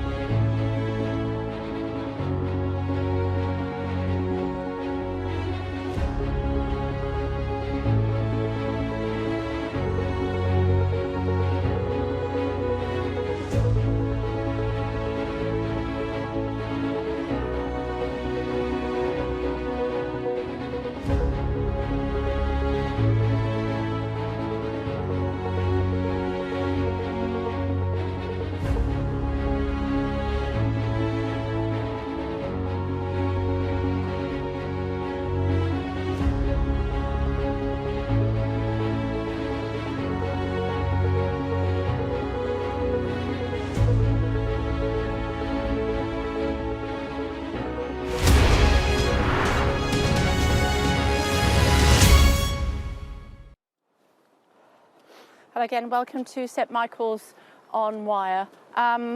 We are we're beside the river here, and we're going to be retracing the steps of Nicola in just a few moments' time. Before that, of course, you know that the police have been commenting on, I'm just going to take this earpiece out because I'm not sure what I'm listening to there. The police have been commenting on the fact that she had the menopause. She was struggling with the menopause, and she was also struggling with alcohol issues. Interesting comments by the police. What is it about the menopause? What is the menopause? Why did they highlight that particularly? Here's Ashna. Like millions of women, Nicola Bulley had been coping with the adverse effects of the perimenopause. Details shared by her family remind us all of the physical and mental strain it can have, but also of the lack of awareness. For many people, it comes as a surprise and a shock because it can be very varied. But also we have a situation where for some of our, particularly some of our GPs, our practice nurses, unfortunately, they have never had formal education about menopause. The menopause happens when women's periods stop, usually between the ages of 45 to 55, but can start earlier. There are over 30 symptoms, including insomnia and night sweats, but these hormone changes can impact mental health too. For 1 in 4 women, the symptoms are debilitating. And for women with perimenopause, they can happen up to a year before the menstrual cycle stops. Nicola Bulley's family say that she had been struggling with the perimenopause and had started taking HRT to try and cope. But that in itself started causing some severe side effects. It's a reminder that whilst this is a widely available treatment that can be effective at relieving symptoms for some, for others, it can have a very different impact. The Women's and Equalities Committee has long argued that not enough is being done to protect menopausal women. We know that the menopause will affect different people in different ways. For some, it will be much more severe than others. And I think the real challenge around the menopause is that people are given adequate medical support and assistance from professionals and not stigmatised. Solving those challenges means tackling that stigma. Famous faces have been campaigning for the cause for years. Until their voices are heard, for half the population, it may continue to feel like a silent struggle. Ashna Harinag, Sky News. We made our way onto Blackpool Road. We'll tell you why that is important in just a few moments' time as we retrace the steps of Nicola from 3 weeks ago. Colin Tennant is with us. Hi, Colin, good to talk to you this morning. We've spoken previously about this case. What are your latest views on it?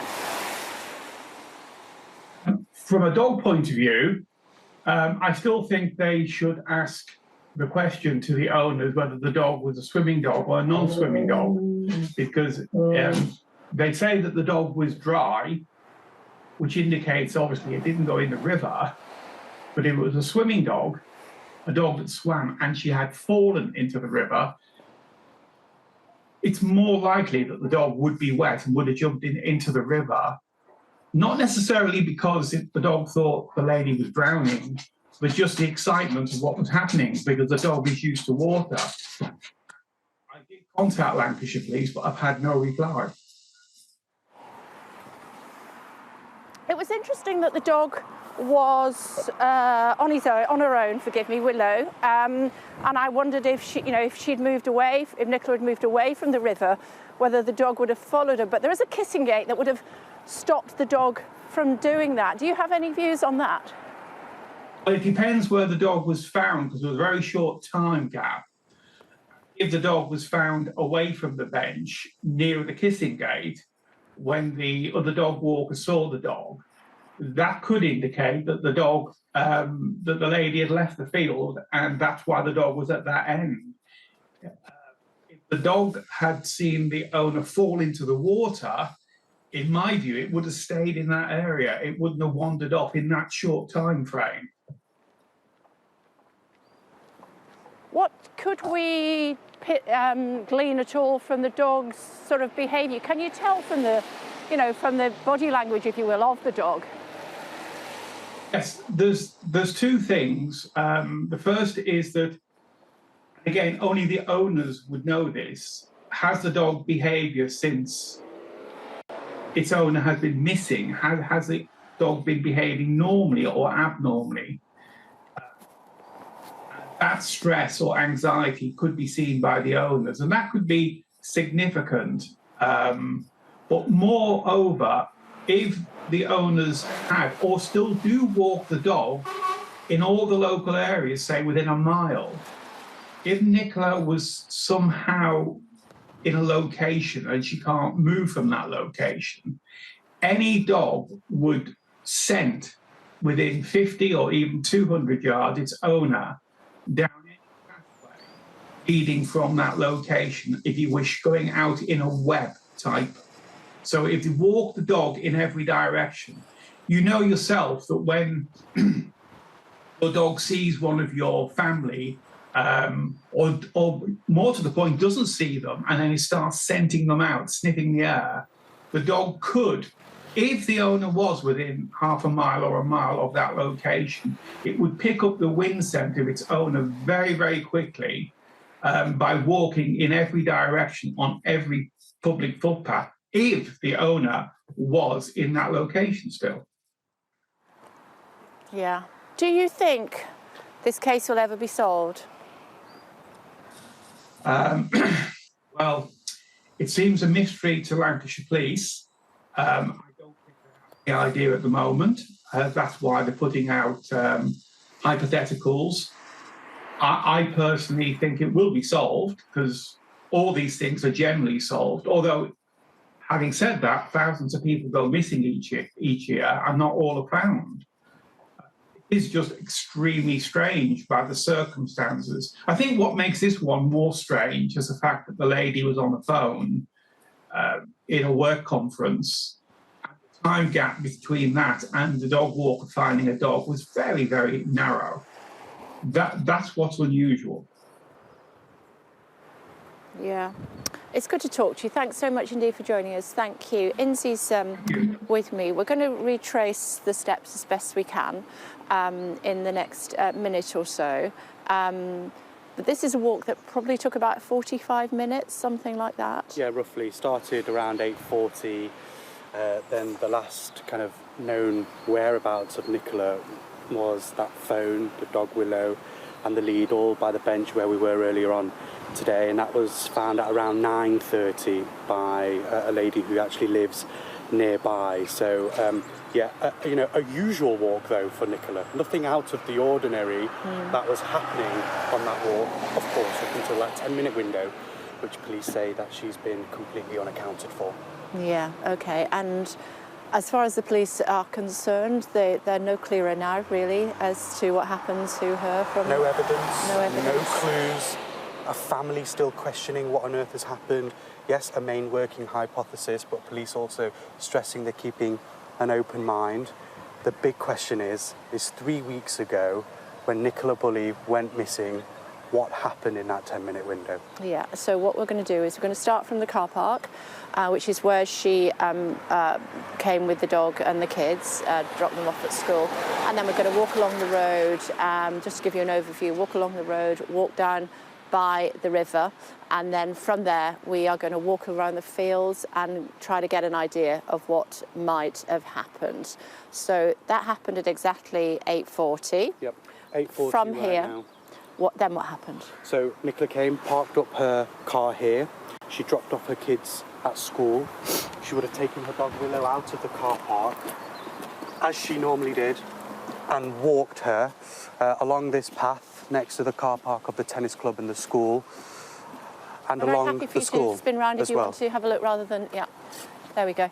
So, And this is a very normal route for Nicola. Almost every single morning, this is exactly what she would have done. Her kids coming to the school to our left as well. And this is a busy road. In Skip down there is where the family home is. So she would have come down this road and then onto the road up there, a very busy main road. This is Blackpool Road? Yeah, Blackpool Lane it is, yeah. And the police have stressed about Blackpool Lane because there are hundreds of cars. 700 vehicles. Yeah, that would have passed through that morning. And so they are clear, they want to try and speak to every single one of those drivers to get as much dash cam footage as they possibly can to try and piece together what exactly has gone on. So she would have crossed this road and would have walked down this path, which heads up to not only the bridge which she crossed, but in fact the church which she would have passed, a church which has been a real focal point over the last 3 weeks for a lot of the community, for Nicola's family, when she's when they've come here to kind of, you know, just shine a bit of hope over what's happened over the last 3 weeks. Okay, so it's 16th century church, very beautiful building, just walking past some of our colleagues also broadcasting from here. The reason it's so poignant today is that it's 3 weeks today since she disappeared.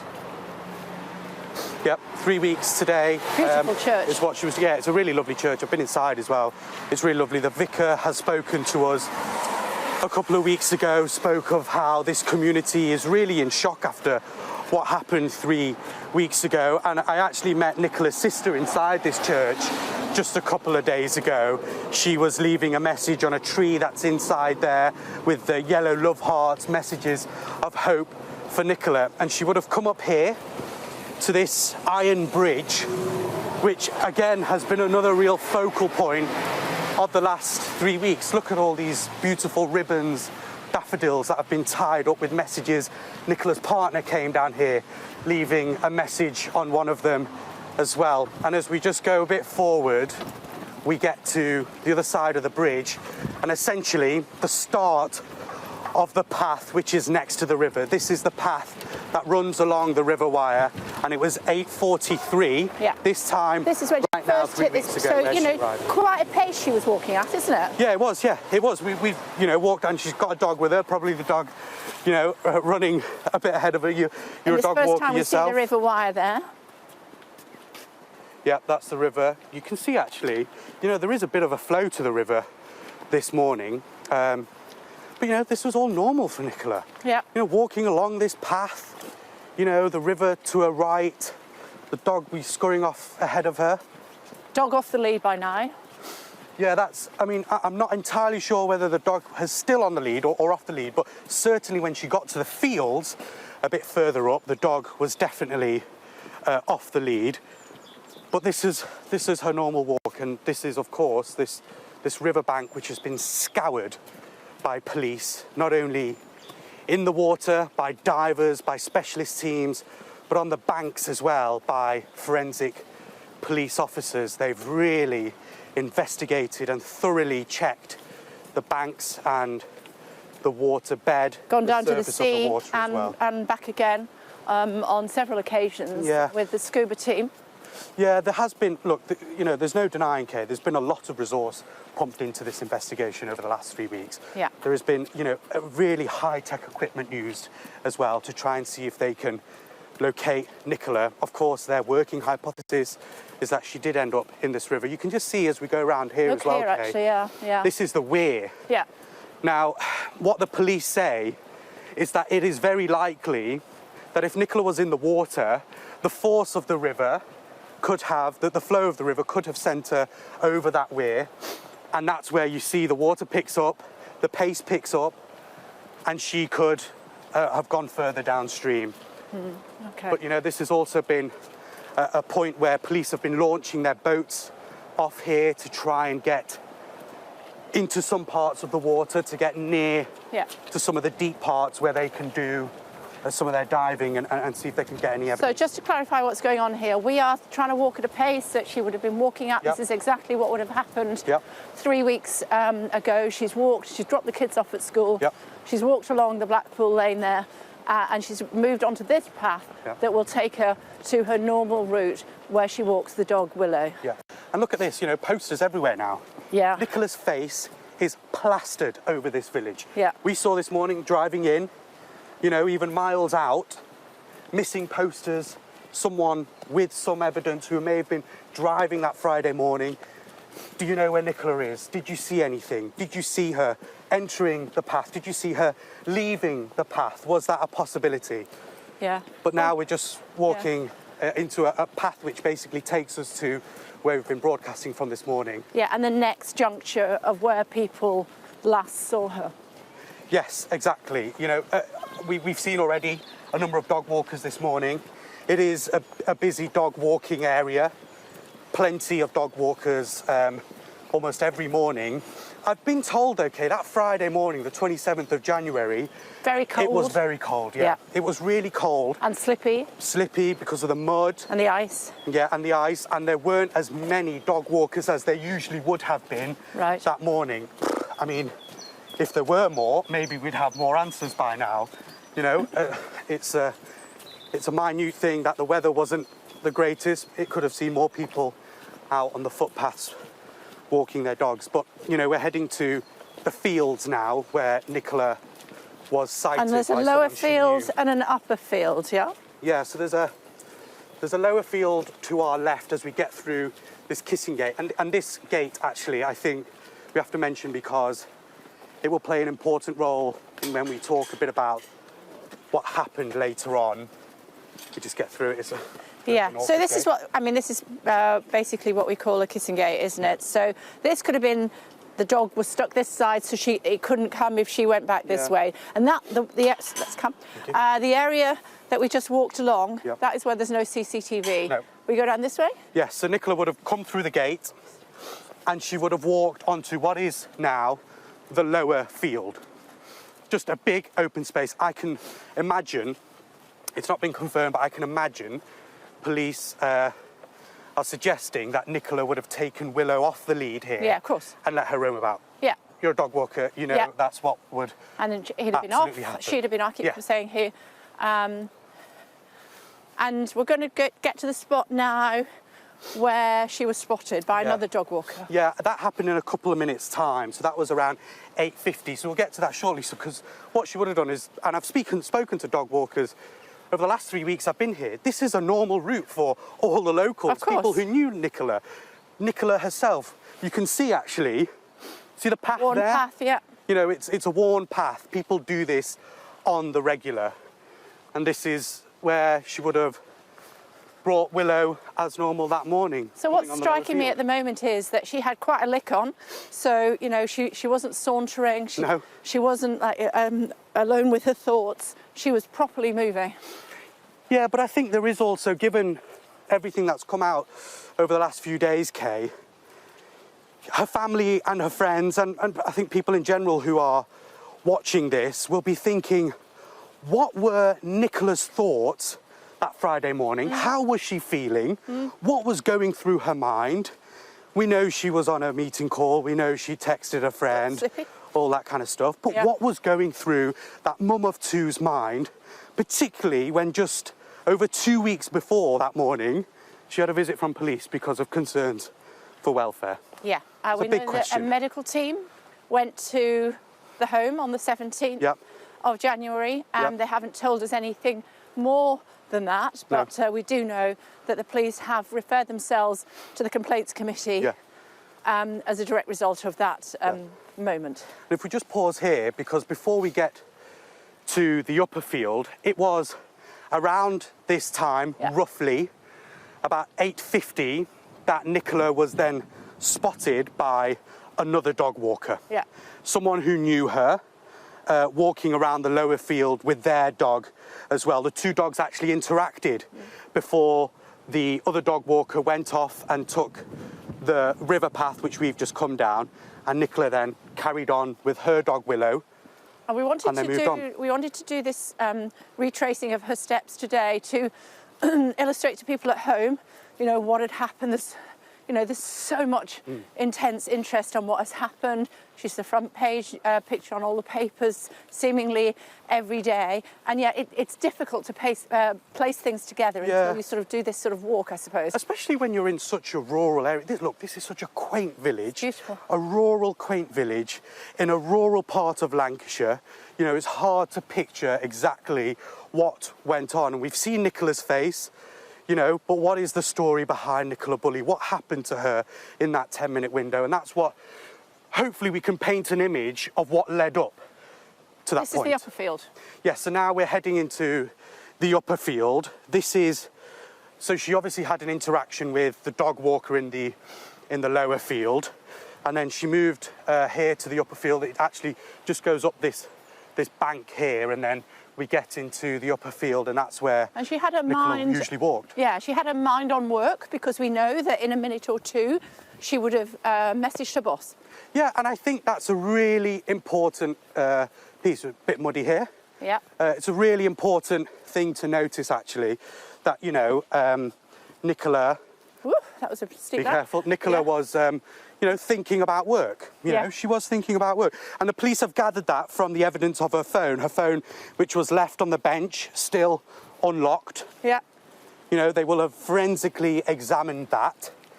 And they will have seen that, OK, she sent emails, she sent texts. It was in a couple of minutes' time, actually, that she would have been texting or emailing and walking. And on the left, you can see the River Wyre. So her pace has slowed a bit because she's texting and emailing. And... Well, you'd think, you know, you'd think keeping an eye on Willow, you know, just having chatted to a friend, thinking about what she's emailing to her boss. Yeah. Is this the Wyre as well? This is all so it the River Wyre. Yeah. Yeah. Okay. So that's where it kind of meanders round and then heads downstream. But look, a vast open field. Yeah. Again, a trodden path. Yeah. Obviously worn, as dog users usually would use. We've seen some this morning taking this route as well. And so very shortly, she would have just been finishing her email off, which goes to her boss. Yeah. And so she's looking at the dog. She's making sure the dog's all right. You know, from my own experience, you keep an eye on them, but you're doing other things as well. The sheep across the way there, just obviously keeping an eye on what's going on. And then she sends the email. Yep. At 8:53, police say right now, 3 weeks ago, Nicola hit send. Yeah. And an email was sent to her boss. Yeah. And police basically say that, you know, that's an important juncture because we can get a sense that, yes, she was active, she was on her phone, and she was essentially, you know, if you're emailing your boss, you're in a fairly decent frame of mind. Yeah. You know, that email didn't suggest anything otherwise. It was a standard work email. Yeah. And so that's an important piece in this route. So she would have carried on here. You know, with Willow, email sent, maybe phone back in the pocket. Maybe, actually, one thing we have noticed, Kay, is Nicola, and friends have told us this, Nicola used to take so many photos when she was out walking. Right. You know, her family shared photos with Willow of her to us. You know, so many photos when she'd be out walking. She'd have a Fitbit on, Although which would track her steps. Synced up, was it? No, that wasn't synced up, police so that said. would have been very useful for the police, but it hadn't been synced up for a few days. Yeah, and now actually... she's thinking about doing a Teams call. Well, yeah, a Teams call would have started at around 9 o'clock, so in about 6 minutes' time. Yeah.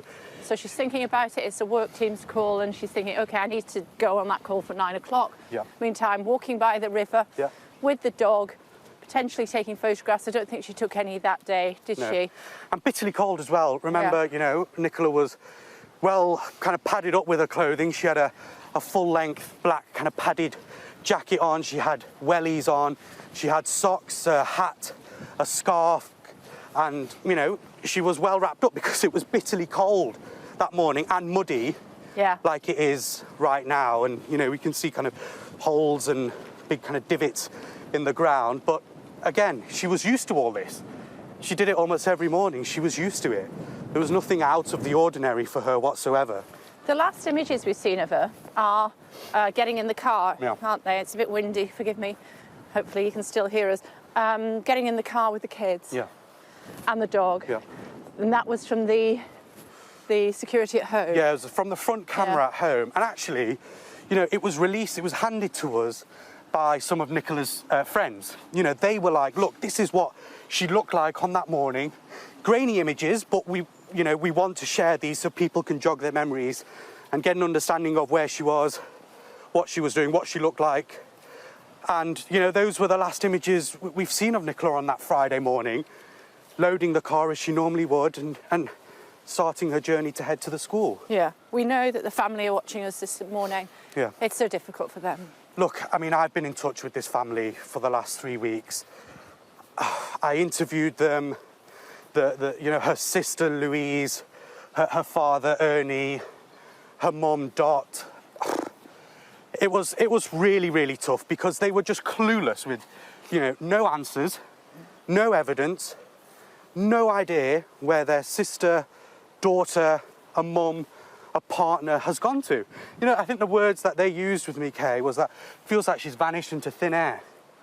That's what they've said. And, you know, because there's that 10-minute window, which no one's got any clue what happened to her. And the family, you know, have had to be incredibly strong over the last 3 weeks because this is a case that we've seen has taken so many twists and turns. It's had involvement from, you know, every Tom, Dick and Harry, you know, on social media, people trying to be involved in being armchair detectives. Such a shame that the family is so impacted by that, you know. Social media, Yeah. it can be such a poisonous place to be. I'm so sorry that they are impacted so badly.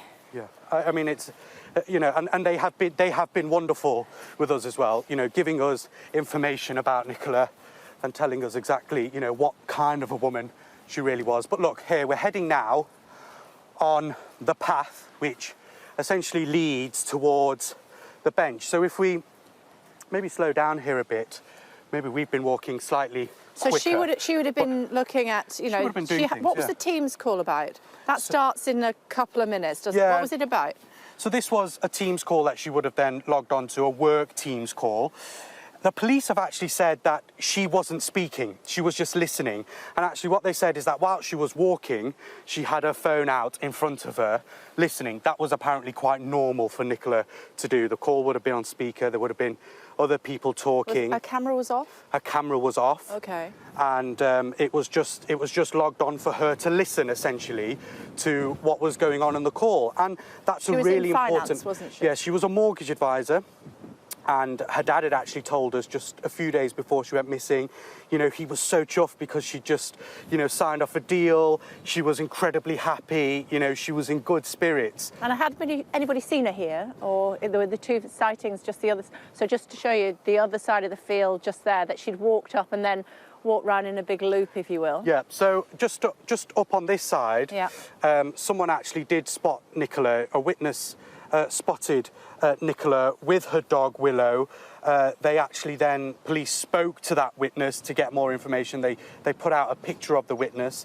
They got in touch with the witness. They spoke to them and they got some information from the witness just to piece together the timeline of what we're doing this morning. But, you know, this is a vast area, as we can see, the lower field, the upper field. It's a normal move. She takes Willow all the way round and her walk would have carried on. You know, I think River it would have been... always one side or the other. Yeah, of, exactly. And I think, look, you know, you walk with your dogs, she would have taken it nice and easy. She just dropped the kids off to I mean, school. the banks are steep here.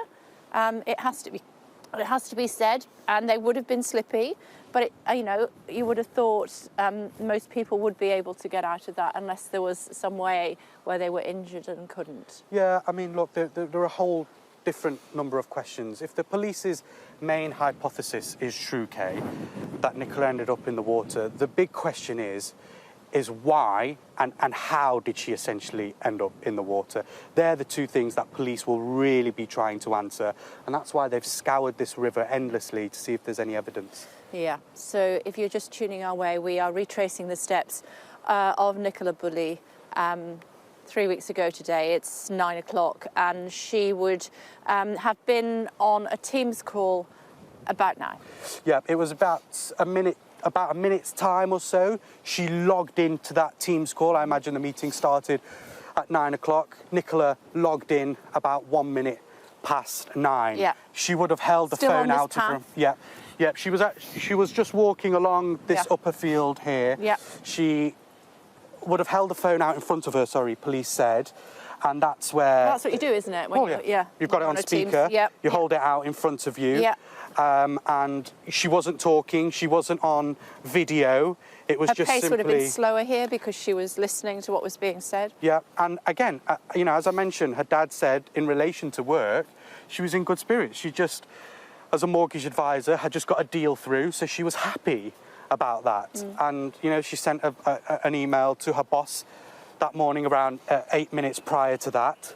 and you know she was in good spirits. It would seem at the time, but the big question is that what was going through her mind? You know, what was Nicola feeling that morning? We know she had struggles with alcohol, as police have revealed. We know, you know, she was struggling with the menopause, and we know that 17 days prior to her going missing, police had gone to her home after reports for concern for welfare. How much of a role Everything's did that focused play? on this river, though, isn't it? Everything. The kids are at school. They're safe. They're happy. They're well. The dog's with her. We've seen them all put in the car.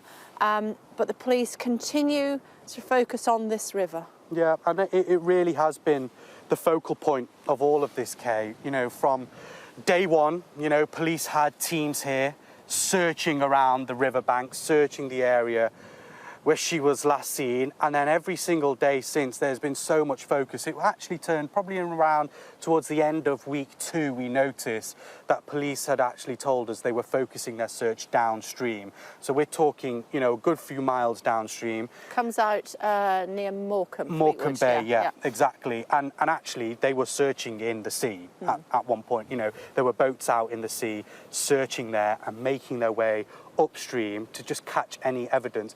You know, what would have been quite interesting is that they were actually searching a lot of the police were actually searching a lot of the banks, because if Nicola had been in the water, it could have been likely she could have been caught somewhere. You know, there could have been a piece of clothing that could have been caught onto a branch perhaps on the bank, and so that's been also a very big focal point for police as they continue their search. So let's recap what we know so far then. She dropped the kids off, she walks across the road there, and then onto Blackpool Lane. Yep. Blackpool Lane? Blackpool Lane. And Blackpool it's Lane. a busy road. I mean, the pace that we were walking at, we're working on timings that we've been given of people. So she was walking really quickly until she got into the lower field. Yes. Then she starts to slow down. Yeah. And then she gets here. Yeah. And she must have stopped because, you know, well, there's still I think some more time. the place where she potentially stopped was actually on the lower field over here, where she met another dog walker. Yeah. And they actually had a chat. The dogs had a bit of a play together. You know, someone that she knew as well. And so, you know, I think probably there was a bit of a break there for a few minutes as she chatted with that person. And police will have spoken to that witness, got details of what the conversation was like, got details of what Nicola was like that morning as well, because that will be so crucial to their investigation for all different avenues that police are investigating. But she would have spent a good few minutes chatting with that witness that police say has come forward and spoken to them, who had a dog walker who was, knew Willow and knew who Nicola was. And then she carried her walk along to the upper field, where we've just actually come round slightly from. She sent the email to her boss there. Then she would have come further, and still on the upper field, she would have dialed into her Teams call. So that was 9:01, dialing into her meeting with work.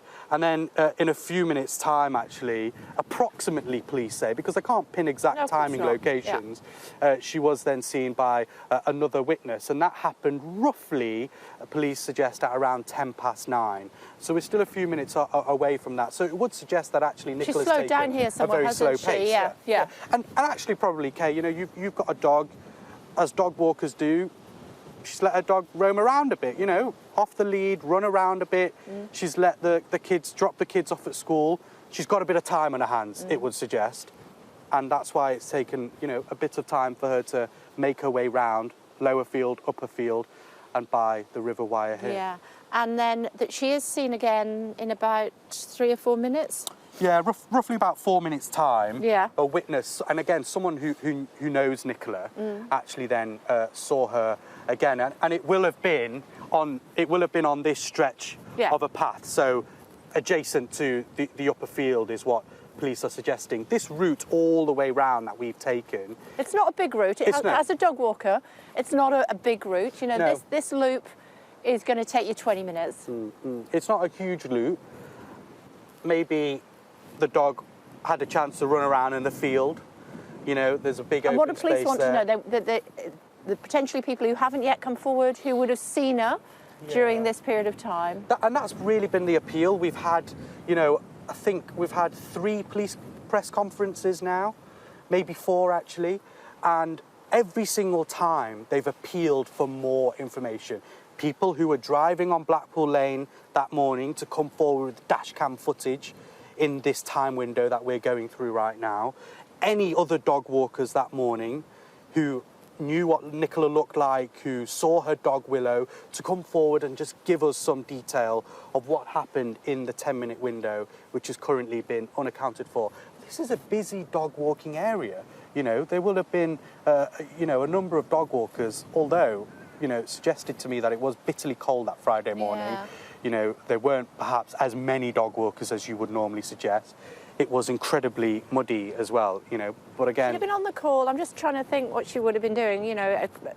She'd have been on the call, she'd have been looking at the river, the snowdrops are just out across the way there. She would have been taking in this beauty spot. She's not from Lancashire originally, she's from Essex, isn't she? And she's moved up to be with her partner, Paul. Paul is absolutely sure that she's not in that river. Yeah, Paul has said previously, you know, he is 100% sure that she's not in that river. He actually said that he would like police to search, you know, every home, speak to every person in the area, caravan park over there as well. He wants this whole place thoroughly combed. Police say, look, we've done that, you know, we have investigated all the lines of inquiry in this area where we believe she potentially could be. They've searched 300 properties. Yeah, so there's 300 abandoned properties. They've searched one across the road 3 times, across the river rather, 3 times. You can actually see, I don't know if the camera can see it, but the abandoned property is just to our left here, Kay, and that is a property which has been searched, and police said, look, she's not in there. And anyone who's come along, and you know, people have actually tried to break into that property, you know, armchair detectives coming and filming on TikTok and things like that.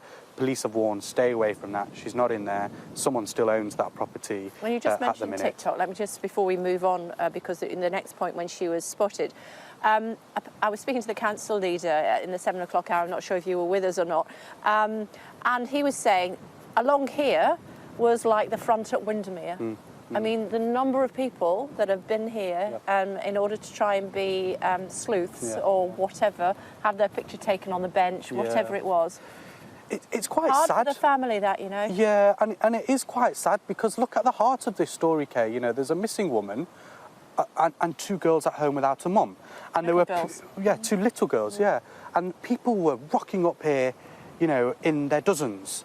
And it was like Blackpool seafront, you know, it was like a circus at some stage. People filming and, you know, trying to spot Nicola and trying to spot evidence. You know, I think there was one stage where someone called out there was something green in the water. It was a chair that they went, you know, that police ended up pulling out. But, you know, people were coming down here in their absolute numbers to try and get a sense of what had gone on. But I think also it shows the real interest that people have had watching this from wherever they are. So she walked into the field, she's seen a fellow dog walker who she knows, the dogs have had a little play, they've said their farewells and then moved on, moved into the upper field, she sends an email to her boss, and that is fired off, and she continues to walk along the top of this field here, and she starts to join a Teams conversation. The camera's not on, the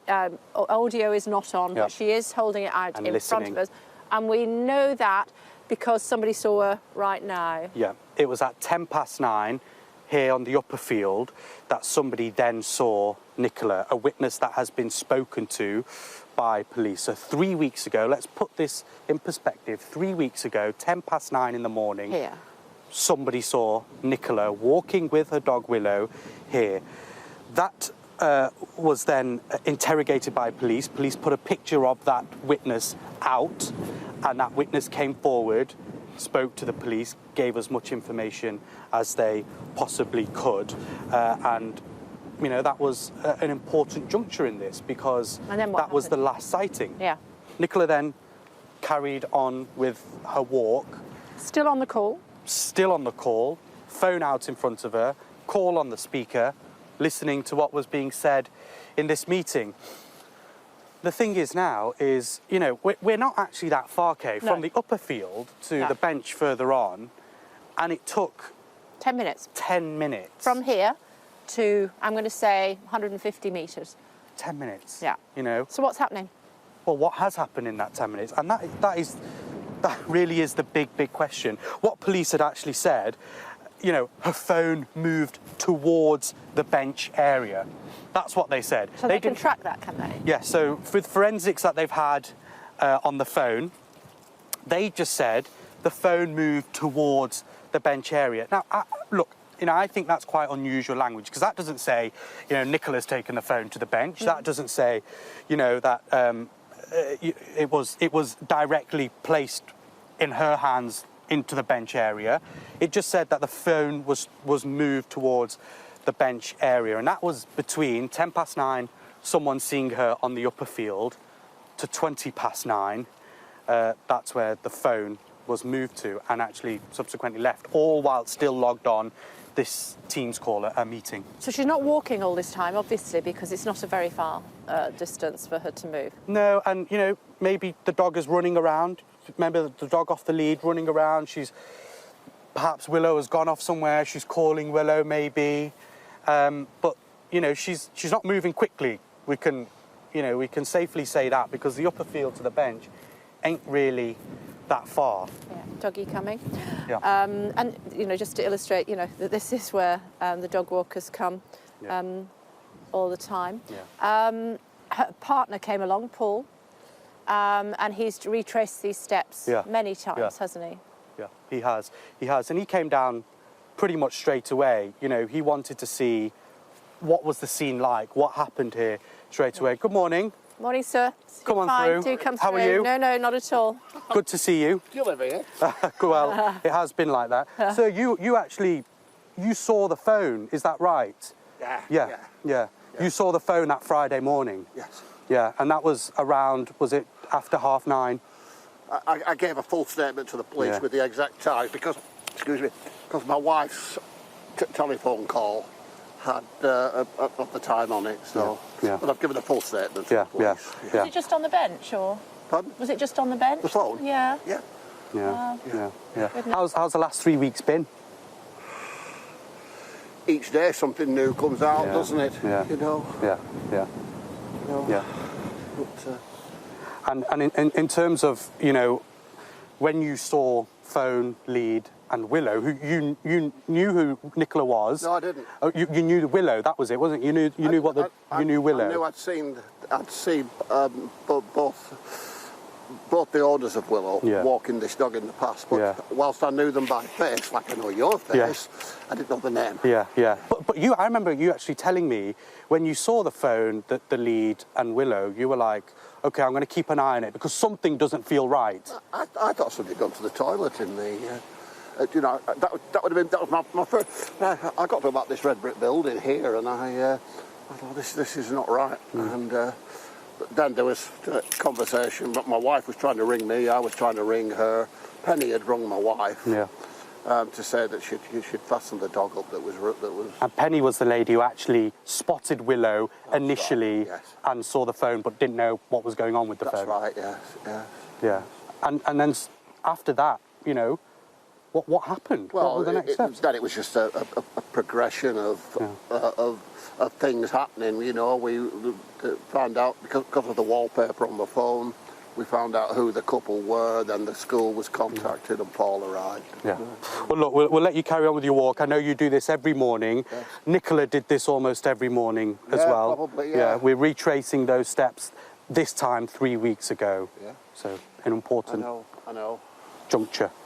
Thank you very much. Take care. All the best. Thank you. I mean, how important is that? You know, someone who So he obviously does that walk people. about the same time every day, doesn't he? Yeah. And one of the first people who actually spotted, you know, the phone on the bench, who was contacted by the lady who saw it first. He came down here. He saw the wallpaper. He saw a picture of who was on there. And then they knew. Then they contacted the school, because they must have figured that the kids were at that school. Yeah, and that would have been the first contact. And then police would have been informed. And then the search operation And because begins. she was high risk, they reacted quickly. Yeah, that was actually something that they said initially when they spoke to her partner Paul. They found out that he was that Nicola was high risk, that she had specific vulnerabilities. They then categorised her as high risk, and then they're like, okay. And that's because of what had happened previously. The police had been called, hadn't they? Yeah, it was 17 days before, actually, the 27th of January, so the 10th of January. Police had gone round to Nicola and Paul's home. Because they had reports of concerns for welfare. And so, look, straight away, when that is taken to an account, police said to me that rings alarm bells. You know, that really does ring alarm bells. And straight away, Nicola is categorised as high risk. Just tell us what happened when the police were called. Well, the details are limited, Kay, but what police have said, it was 10th of January, they received those calls, they went round with health professionals, they say, medical professionals, not entirely sure what kind of triage team that is, but they go to the house, no one was arrested at the time on these, you know, concerns for welfare, but what they have said is that they are continuing to investigate what happened on that day, 17 days before Nicola went missing. I'm just looking around as you're chatting to me, and there's nothing about this space that makes you think that someone would have disappeared here. And I think that's the real shock to this community, and to, you know, people like Ron the dog walker that we just spoke to. A real shock. How on earth has, you know, the nation's eyes descended on this small, quaint village in Lancashire after a missing mum of two? You know, how has that happened? How is that even possible? And it's still, you know, 3 weeks on, no clues, no evidence. There was a whopping question mark over what on earth happened 3 weeks ago this morning. Excuse me. So she's walking. It's slippy. It would have been slippy when she was slippy. here. She was in wellies as well. Yeah, which would have been tricky to walk in. She's done the loop. She's done the lower field. She's done the upper field. She's spoken to the boss. She sent an email to her boss. She's still got her phone in front of her. Still on the Teams call. Well, it's in this time now between 9:10 of the witness spotting Nicola and moving to the bench. It's this 10-minute window where the words from police are, her phone moved towards the bench area. So how did it travel to the bench area? That's a big question. We still don't exactly know that. Let's go this way. And then this is the river bank. We wander down this way. So this is the bank. A lot of people have been asking about the bank and how steep it is. Doesn't look that steep, does it? No, it doesn't in some areas, but if all the way to the bank, no, it doesn't. But then if you look further down, Kay, there is a bit of a drop. Are you comfortable going down there? There is a bit of a drop down there. And look, it's muddy, so please be very careful. It's muddy and slippy, and it would have been probably even muddier at the time. A lot of people have trampled on here in the 3 weeks since Nicola's been missing. A lot of people have gone down to peep over the bank and see if they can spot anything. Police have been down here as well. It is slippy, yeah. Police have also, you know, with divers and drones and underwater cameras have all been down here. But clearly a bit of a drop-off from the bank down there. So if we move back up. Yeah, and so this is the part of the river where the police think that she has gone into the water. There's no sign here at all of, you know, any scuffs or whatever. Yeah. But this is where her phone is found. Yeah, well, look, it's 9:20 right now. Yeah. 9:20, 3 weeks ago, Nicola's phone had moved to this bench. And this is what police say. It was here that her phone had ended up. I'm not entirely sure exactly where it was placed, but her phone was on a bench. Yeah. Here. And that's where the team calls. It was still ongoing, by the way. It was on speaker. She hadn't spoken in it. She hadn't got her camera on, but the phone was on the bench here. And then the dog walker that we just saw. Did you say his name was Ron? Yes, Ron. But I mean that comes later on actually, because Ron was, you know, he was one of the first people to notice what had gone on here in terms of the phone, the lead, and the dog. There was actually another lady who owns a caravan park here. She was the first person to notice Willow scurrying between the bench and the kissing gate just there. But it was 9:20, so around this time the phone's still on speaker, the Teams call still going, a Teams call with her work. She was a mortgage advisor. She just, got a mortgage deal just a few days ago. Her parents told her she was, in good spirits about work. She sent an email to her boss earlier that morning, and this is where she ended up. Well, this is where the phone ended up, is what police This has never have been said. cordoned off.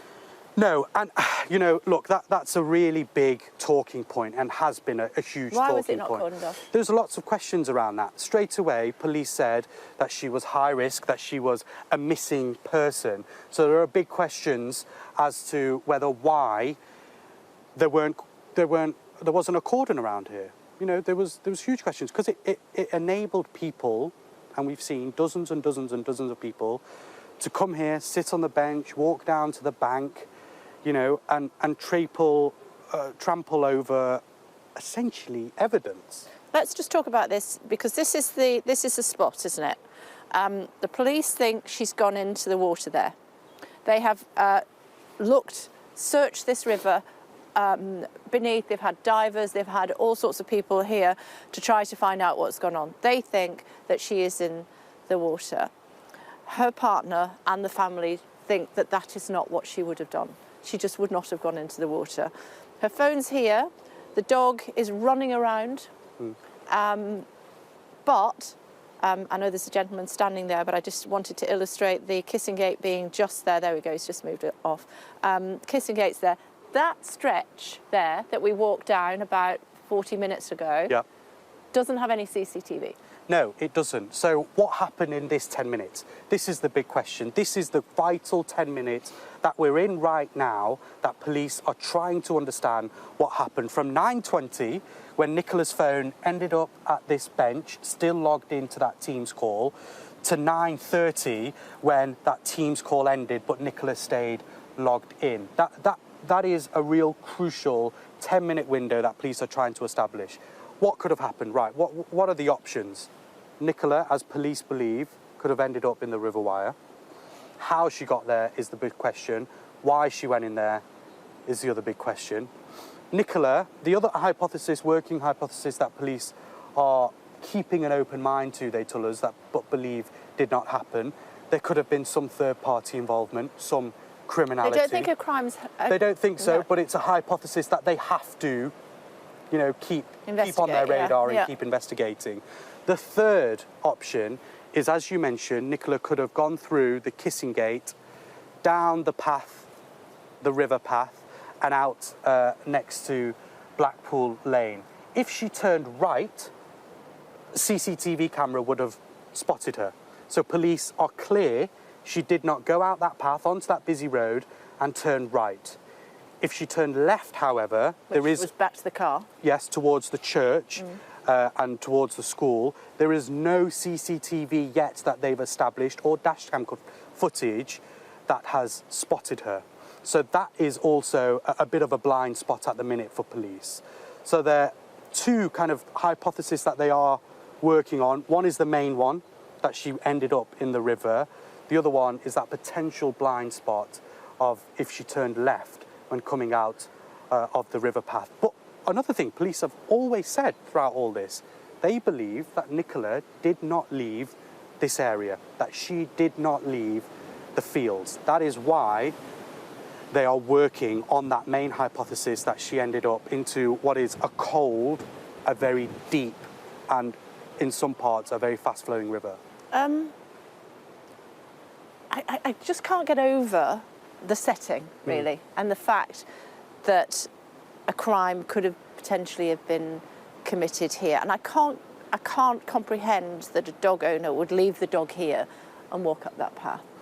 Yeah, I mean, we've heard a lot of different, arguments and ideas, and people even telling us this morning in the programme that if Nicola had gone in the water, the dog probably would have followed. This is a dog that swims. We've actually seen images of Willow, the dog, wet and in water before. So we know that the dog wouldn't have been afraid to go into the water. Just to say, we're just seeing Ron go now, and we saw where we picked him up. So it gives you an idea that it's quite a short loop here, isn't it? Yeah, it is quite a short loop. I mean, I think Ron's joined us straight down the path and come back up. I mean, but Nicola's, walk around wasn't that, that long. No. It wasn't a huge distance. But again, it comes back to the question, what was her frame of mind that morning, Kay? What was she feeling? What was she thinking? I'm sure all that kind of stuff, affects the way you walk, the way that you are in a morning. Was she walking quickly? Clearly not, because it's taken a long time. She was taking her time, sending emails on a Teams call. That Teams call's still ongoing right now, this time 3 weeks ago. Until 9:30. The police have debunked some of the ridiculous rumours about the fishermen covering their faces, and there was a van that they wanted to talk about. But they do want more CCTV. 700 vehicles so far? Yeah, it's dash cam footage, which is vital. You're right, look, there's been so many different theories, and police coming out on the 14th of Feb with the Assistant Chief Constable, with the Senior Investigating Officer for the first time in this case. We saw her, and they were adamant that wanted to dispel a lot of those theories from people, namely, who hadn't come down to the scene. And that was a clear aim for them on the 14th. They came out in force and they wanted to dispel those theories. I think they did that. I think that's fair to say. And it drew people back to, right, what is their main working hypothesis now? But obviously in that press conference as well, we heard, the kind of shock bombshell, really, that Nicola, had specific vulnerabilities and that she, was high risk that morning. And the Home Secretary wants Lancashire Police to explain why they've talked about alcoholism or misuse of alcohol, shall we say, and also the menopause. What's that got to do with it? Yeah. So from when we arrived here, we were telling you about the phone on the bench, which was about 9:10. It was about 20 past 9. 20 the phone past arrived 9. So the there's 10 minutes now. So the 10 minutes we've been standing here, something has happened. Yeah. And that's the big question. And that's the 10 minutes where she's disappeared. That is what police are trying to identify. Her phone was on the bench. Did Nikki sit on the bench? Did she take some time out, sat on the bench? Was her dog Willow roaming around? Was he near the water's edge? Did he go towards the bank? Was he having a look over in the water? Nikki's phone was placed on the bench. She was still listening to that Teams call. But what happened in that 10 minutes? But we don't know if she was there.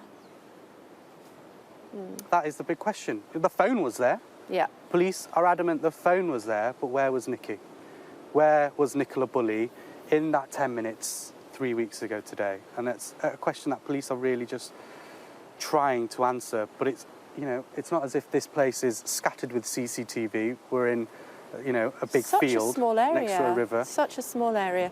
So Ron, who we just chatted to, he saw the dog running around. He saw the phone on the bench, and there was literally no sign whatsoever of Nicola.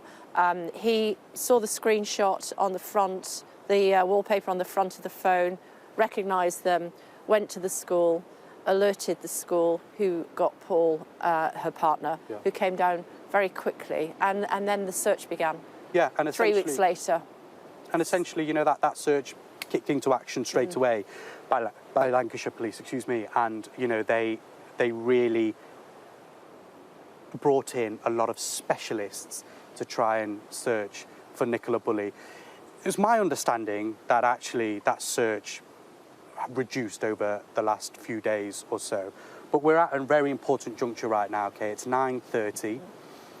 3 weeks on. 30-minute team call. That ended. She'd logged on about 9:01. It had obviously started at 9 o'clock. Yeah. But she stayed logged on. So police say that the team's call ended 9:30. But Nicola's phone remained logged on to that team's call. In other words, she hadn't ended the call. It was still on there. The phone was on the bench. Where was Nicola? The phone was still unlocked. The phone was discovered then in 2 minutes' time or so. But again, it was what had happened in that 10-minute window. The phone was here, but the call was logged on. No one had cut it off. Yeah. Yeah, and the dog was here as well. And as we said, the dog walker, Ron, who we spoke to, was one of the first here. He was. And he knew who the phone belonged to. Yeah, so what actually happened then, in the minutes after that team call ended, a nearby resident who lives in the house just around the corner here, she was walking her dogs and had noticed Willow was scurrying between the bench here and the kissing gate. That's what this dog walker had noticed. What she then did, she actually got a bit of string, she told me, and tied Willow up to the leg of the bench, just to stop her running around. She saw that the lead was on the harness, it was on the floor. She noticed her phone was on the bench. She then contacted some of her friends to try and understand what to do next. And then Ron, who we spoke to earlier, was the second person to come along and see absolutely everything that was left here. The phone, the lead, and Willow tied up to the bench. And then that's when things really started to get into action, because, yes, they noticed that the phone was still unlocked. Ron spoke to his wife. He thought someone had gone to the loo, didn't he? Yeah, he actually said, he thought someone had nipped off over there, gone to the loo, left the dog, tied up. And, but actually, when they saw on the lock screen of Nikki's phone, there was an image that clearly resonated. It was Nikki and Paul, wasn't it? Yes, there was an image of Nikki and her partner, Paul. That resonated. And then things kicked into action where they thought, OK, we better call the school because we know that Nikki's got kids there. And the school then picked it up from there, contacted the police, and the investigation started. So that happened 3 weeks ago right now. Yeah. Approximately, police say it was 9:33, 3 weeks ago, that the lady who owns a caravan park just around the corner here actually spotted Nicola's phone, spotted Willow, and spotted the harness. She was another dog walker, so, she noticed who Willow was, noticed who Willow belonged to, and then that's when things really kicked into action. And other locals got involved. Yeah, so that's like the 45 minutes from when she dropped the children off at school. We've walked her walk today, starting in the car park, walking along Blackpool Lane, going past the 16th century parish church, very beautiful building, walking down to where we are, and then going around the loop, the lower field, and then up to the upper field, sending an email to her boss saying hello to people that she knew along the way, dialing into a Teams call just after it started at 9 o'clock, making her way to where we are now. We know that her phone made its way to here. It was left on the bench. The dog was here. The harness was here. There was literally no further sign of Nicola, and that has been the case for the last 3 weeks. It has been perplexing for Lancashire Police. It has been devastating for her family. We'll have continuing coverage here on Sky.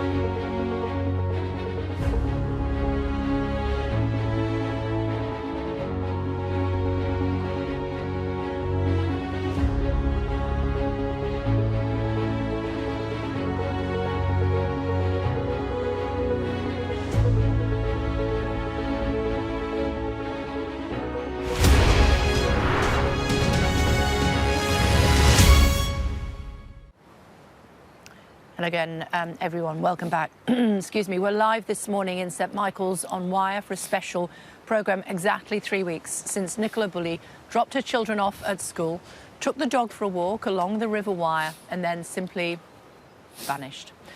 We've been retracing Nicola's last known movements as they happened over the last 45 minutes or so, following the route Nicola took on her walk that morning and ending up with her phone left on the bench behind me.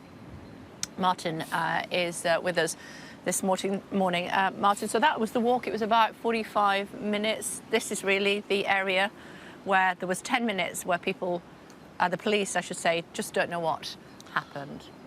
I thought it was quite instructive when you and Inzi were walking. You were walking at normal walking pace, but you were arriving at spots quite quickly. And I think it rather indicated how slowly Nicola must have been walking that morning. Quick to start with and then slowing down. Yeah, she had the dog with her, of course, and as you know, the dog runs around and you stop, and she had an eye on the dog. She then, just after 9 o'clock, logged into that conference call with her work colleagues. So there were lots of things going on in her mind. And of course, we now know from what the police have been telling us that she had her own personal issues. So it's easy to see that there was an awful lot going on for Nicola that morning. But she really was, once she got to this part of the lower field, clearly was moving very, very slowly. There is still no evidence at all to explain why she suddenly disappeared. There's a 10-minute window police have identified between the last sighting of her just behind us in the upper field and somebody seeing her phone on the bench. That 10-minute window, is that long enough for her to have left the riverside? The police say, in theory, yes, but practically they found no evidence that she left the riverside. So they come back to what they've described as their main working theory, hypothesis, is that she went, for some reason, into the river, but they haven't found her. But there's no CCTV up this path here, and so they don't know if she went up the path. That's what her loved ones think probably happened. Yeah, well, again, in the absence of any evidence that she's come to harm, they will cling to the hope that she's still alive, and if she is still alive, that's perhaps the most logical way for her to have left the riverside. And yes, the conundrum is that there is no CCTV at the entrance to the path where she came into the riverside. And if she turned left, she would not have been picked up by any technology, which is why, of course, they continue to ask for motorists, drivers who may have dashboard camera footage on that morning, around 9:30ish, 3 weeks ago, to come forward. They've spoken to lots of motorists, they've viewed lots of footage, but, as in all these investigations, there may still be one vital clue out there. Why would she have gone down there? Why would she have gone down? Well, her family say she wasn't in the habit of walking by the river. So we don't know. Maybe the dog went towards the river. I mean, in the first press conference, when the police talked about the possibility of her going into the river, they did talk about perhaps there was an issue with the dog. Dog wasn't wet. The dog wasn't wet, no, so suggests clearly that the dog hadn't gone into the water, but the dog may have gone down to the edge of the water. The dog may have seen something of interest in the water, and if she was concerned about the dog being close to the water, perhaps Nicola had followed Willow down there and perhaps may have slipped. I mean, we've seen this morning, our cameraman slipped over on that bank. All of us have nearly slipped over.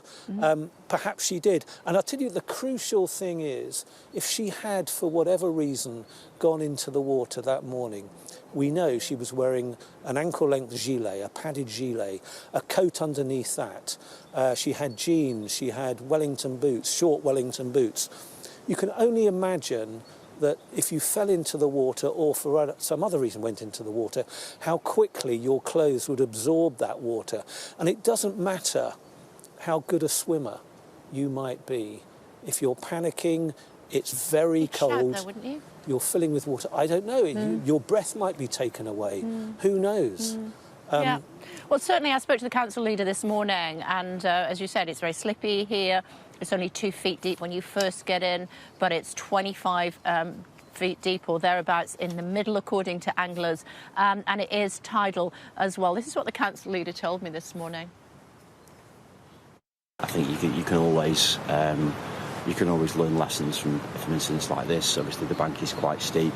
There's getting the balance right, though, between what is potentially one terrible incident and people's access to the river and the ability to walk and to fish and to do all the other things that they want to do on the river. So, but it is something you're going to look at. Yes, I mean we aren't necessarily would be responsible for fencing it off as a borough council, but we would work with partners to look at what we can do across the board to make the River Wyre more safe for people. Yes. You've been a crime correspondent a long time, I think it's fair to say. How surprised were you about what the council said? By what not the council, the police. What the police have said.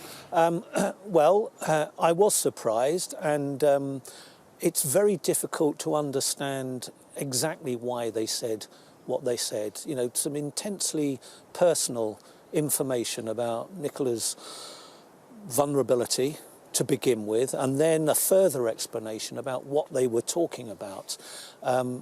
Health issues, severe issues with significant issues with alcohol, brought on by concerns about the menopause. I mean, that's intensely personal stuff.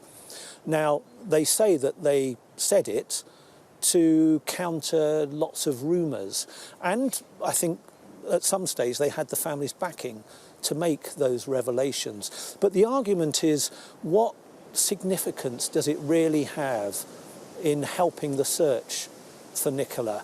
And the wider perception, of course, is that the police were victim blaming, in a sense, to explain the reasoning behind their focus on the idea that she went into the water, rather than the other two other significant theories that are still, part of the investigation. It was an extraordinary thing for them to say, for whatever reason, and we know that the Home Secretary is concerned about it. You know, Lancashire Police and other MPs, and I think there must be some concern amongst her family. Certainly the wider members of her family have condemned the police for what they revealed about Nicola. Are you surprised that we've not heard from the Chief Constable yet? Well, I think we're going to enter a period now of quiet. I think the family are probably going to be reluctant to say any more at this stage. And I think the wisest thing probably is for the police, until there's a significant development, until they need to make a bigger appeal, a new appeal, I think we're going to enter a quiet period where it's probably best that everybody lets the police get on with their search for Nicola. Yeah, indeed. So we've actually heard from the family, not in person, but they did send a statement. They said, it's now been 3 weeks since Nikki went missing. We as a family believe that the public focus has become distracted, as we're just hearing there from Martin, actually, from finding Nikki, and more about speculation and rumour into her and Paul's private life.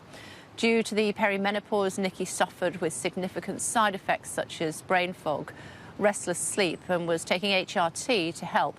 But this was giving her intense headaches, which caused Nikki to stop taking HRT, thinking that may have helped her, but only ended up causing this crisis. The public focus has to be on finding her and not making up wild theories about her personal life. Ashna has been looking at the impact that the menopause can have on women. Like millions of women, Nicola Bulley had been coping with the adverse effects of the perimenopause. Details shared by her family remind us all of the physical and mental strain it can have, but also of the lack of awareness. For many people, it comes as a surprise and a shock because it can be very varied. But also we have a situation where for particularly some of our GPs, our practice nurses, unfortunately, they have never had formal education about menopause. The menopause happens when women's periods stop, usually between the ages of 45 to 55, but can start earlier. There are over 30 symptoms, including insomnia and night sweats, but these hormone changes can impact mental health too. For 1 in 4 women, the symptoms are debilitating. And for women with perimenopause, they can happen up to a year before the menstrual cycle stops. Nicola Bulley's family say that she had been struggling with the perimenopause and had started taking HRT to try and cope. But that in itself started causing some severe side effects. It's a reminder that whilst this is a widely available treatment that can be effective at relieving symptoms for some, for others, it can have a very different impact. The Women's and Equalities Committee has long argued that not enough is being done to protect menopausal women. We know that the menopause will affect different people in different ways. For some, it will be much more severe than others. And I think the real challenge around the menopause is that people are given adequate medical support and assistance from professionals and not stigmatised. Solving those challenges means tackling that stigma. Famous faces have been campaigning for the cause for years. Until their voices are heard, for half the population, it may continue to feel like a silent struggle. Ashna Harinag, Sky News. Well, joining us now is the former Director of Professional Standards for the Metropolitan Police, that's Stephen Roberts. Hello to you, Mr. Roberts. Thank you for joining us. Intrigued to know your comments on this story today. I think what we have to remember is that at the heart of this, there is a desperately anxious family, and we need to be very, very careful that nothing that we do, nothing that we say, and nothing that politicians or the media say makes their situation worse. The media can help. The senior investigating officer needs public awareness, needs to find perhaps that one person who has a little item of evidence that he may or may not even know that he has, perhaps a dash cam piece of film. So there needs to be public awareness. It needs to be kept in front of the public.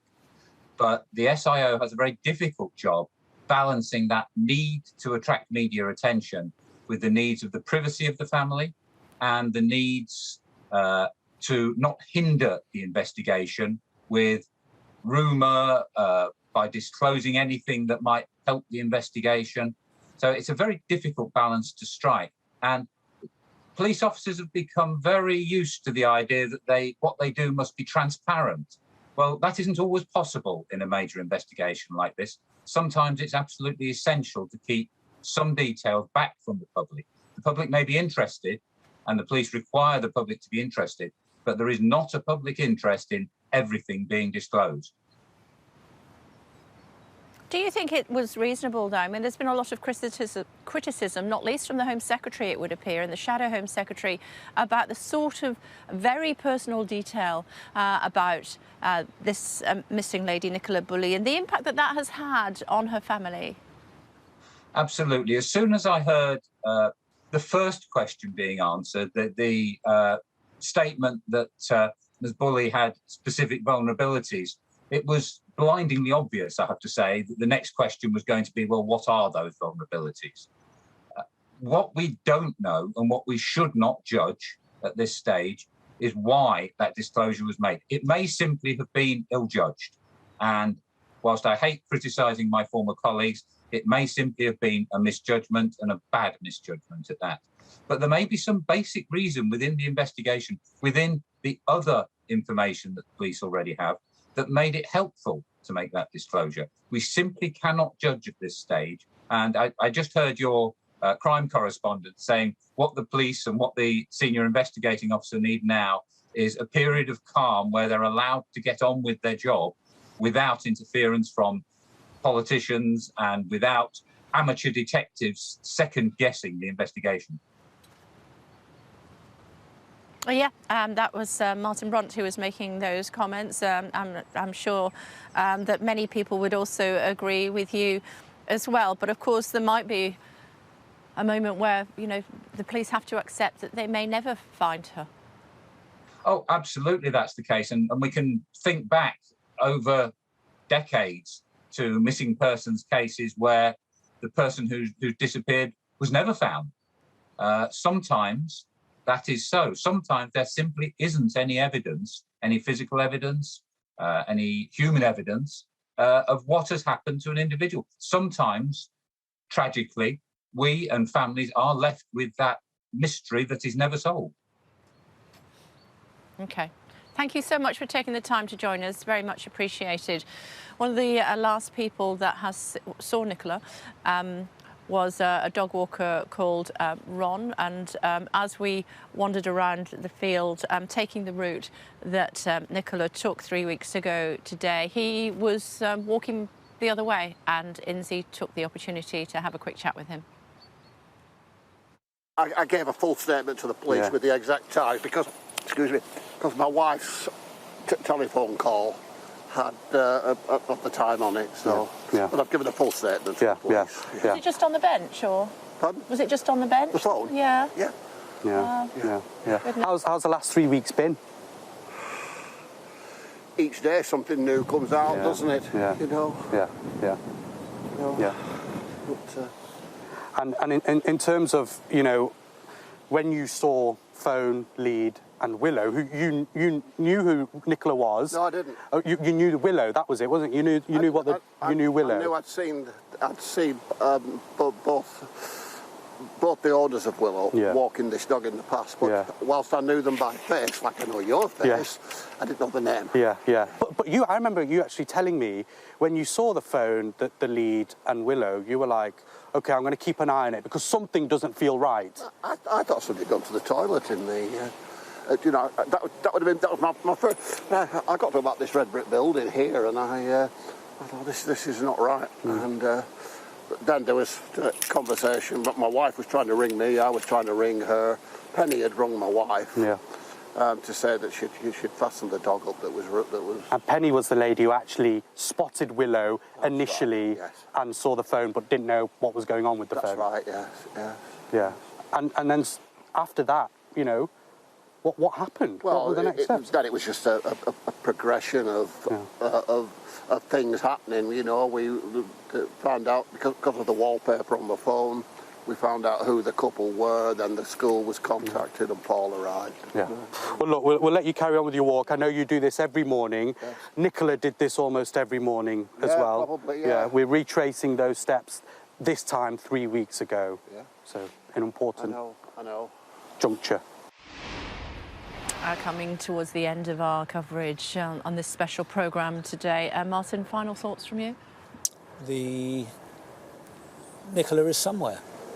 The police will continue to search. After the controversy of the last couple of days, I think we should enter a quiet period and let the police get on with it. For me, it harks back to there are two little young girls at home and Nicola's wider family who are desperate for her to come home. And I think I want to finish on some words that her family have said. Nikki is a wonderful daughter, sister, partner and mother and is missed dearly. We all need you back in our lives. We love you so much and your girls want a cuddle. We all need you home. You can reach out to us. Don't be scared. We all love you so very much. It's a missing persons inquiry that has caught the imagination of the whole country. It's been on the front pages of most of the newspapers for the last 3 weeks. We've retraced her steps for you today. It was a circular walk, not particularly far. People had seen her, but there was a 10-minute window when she was just behind me on the bench where you can see people are sitting now. And where is she now? That's all her family want to know. Where is she now? Two little girls at home who need their mummy home.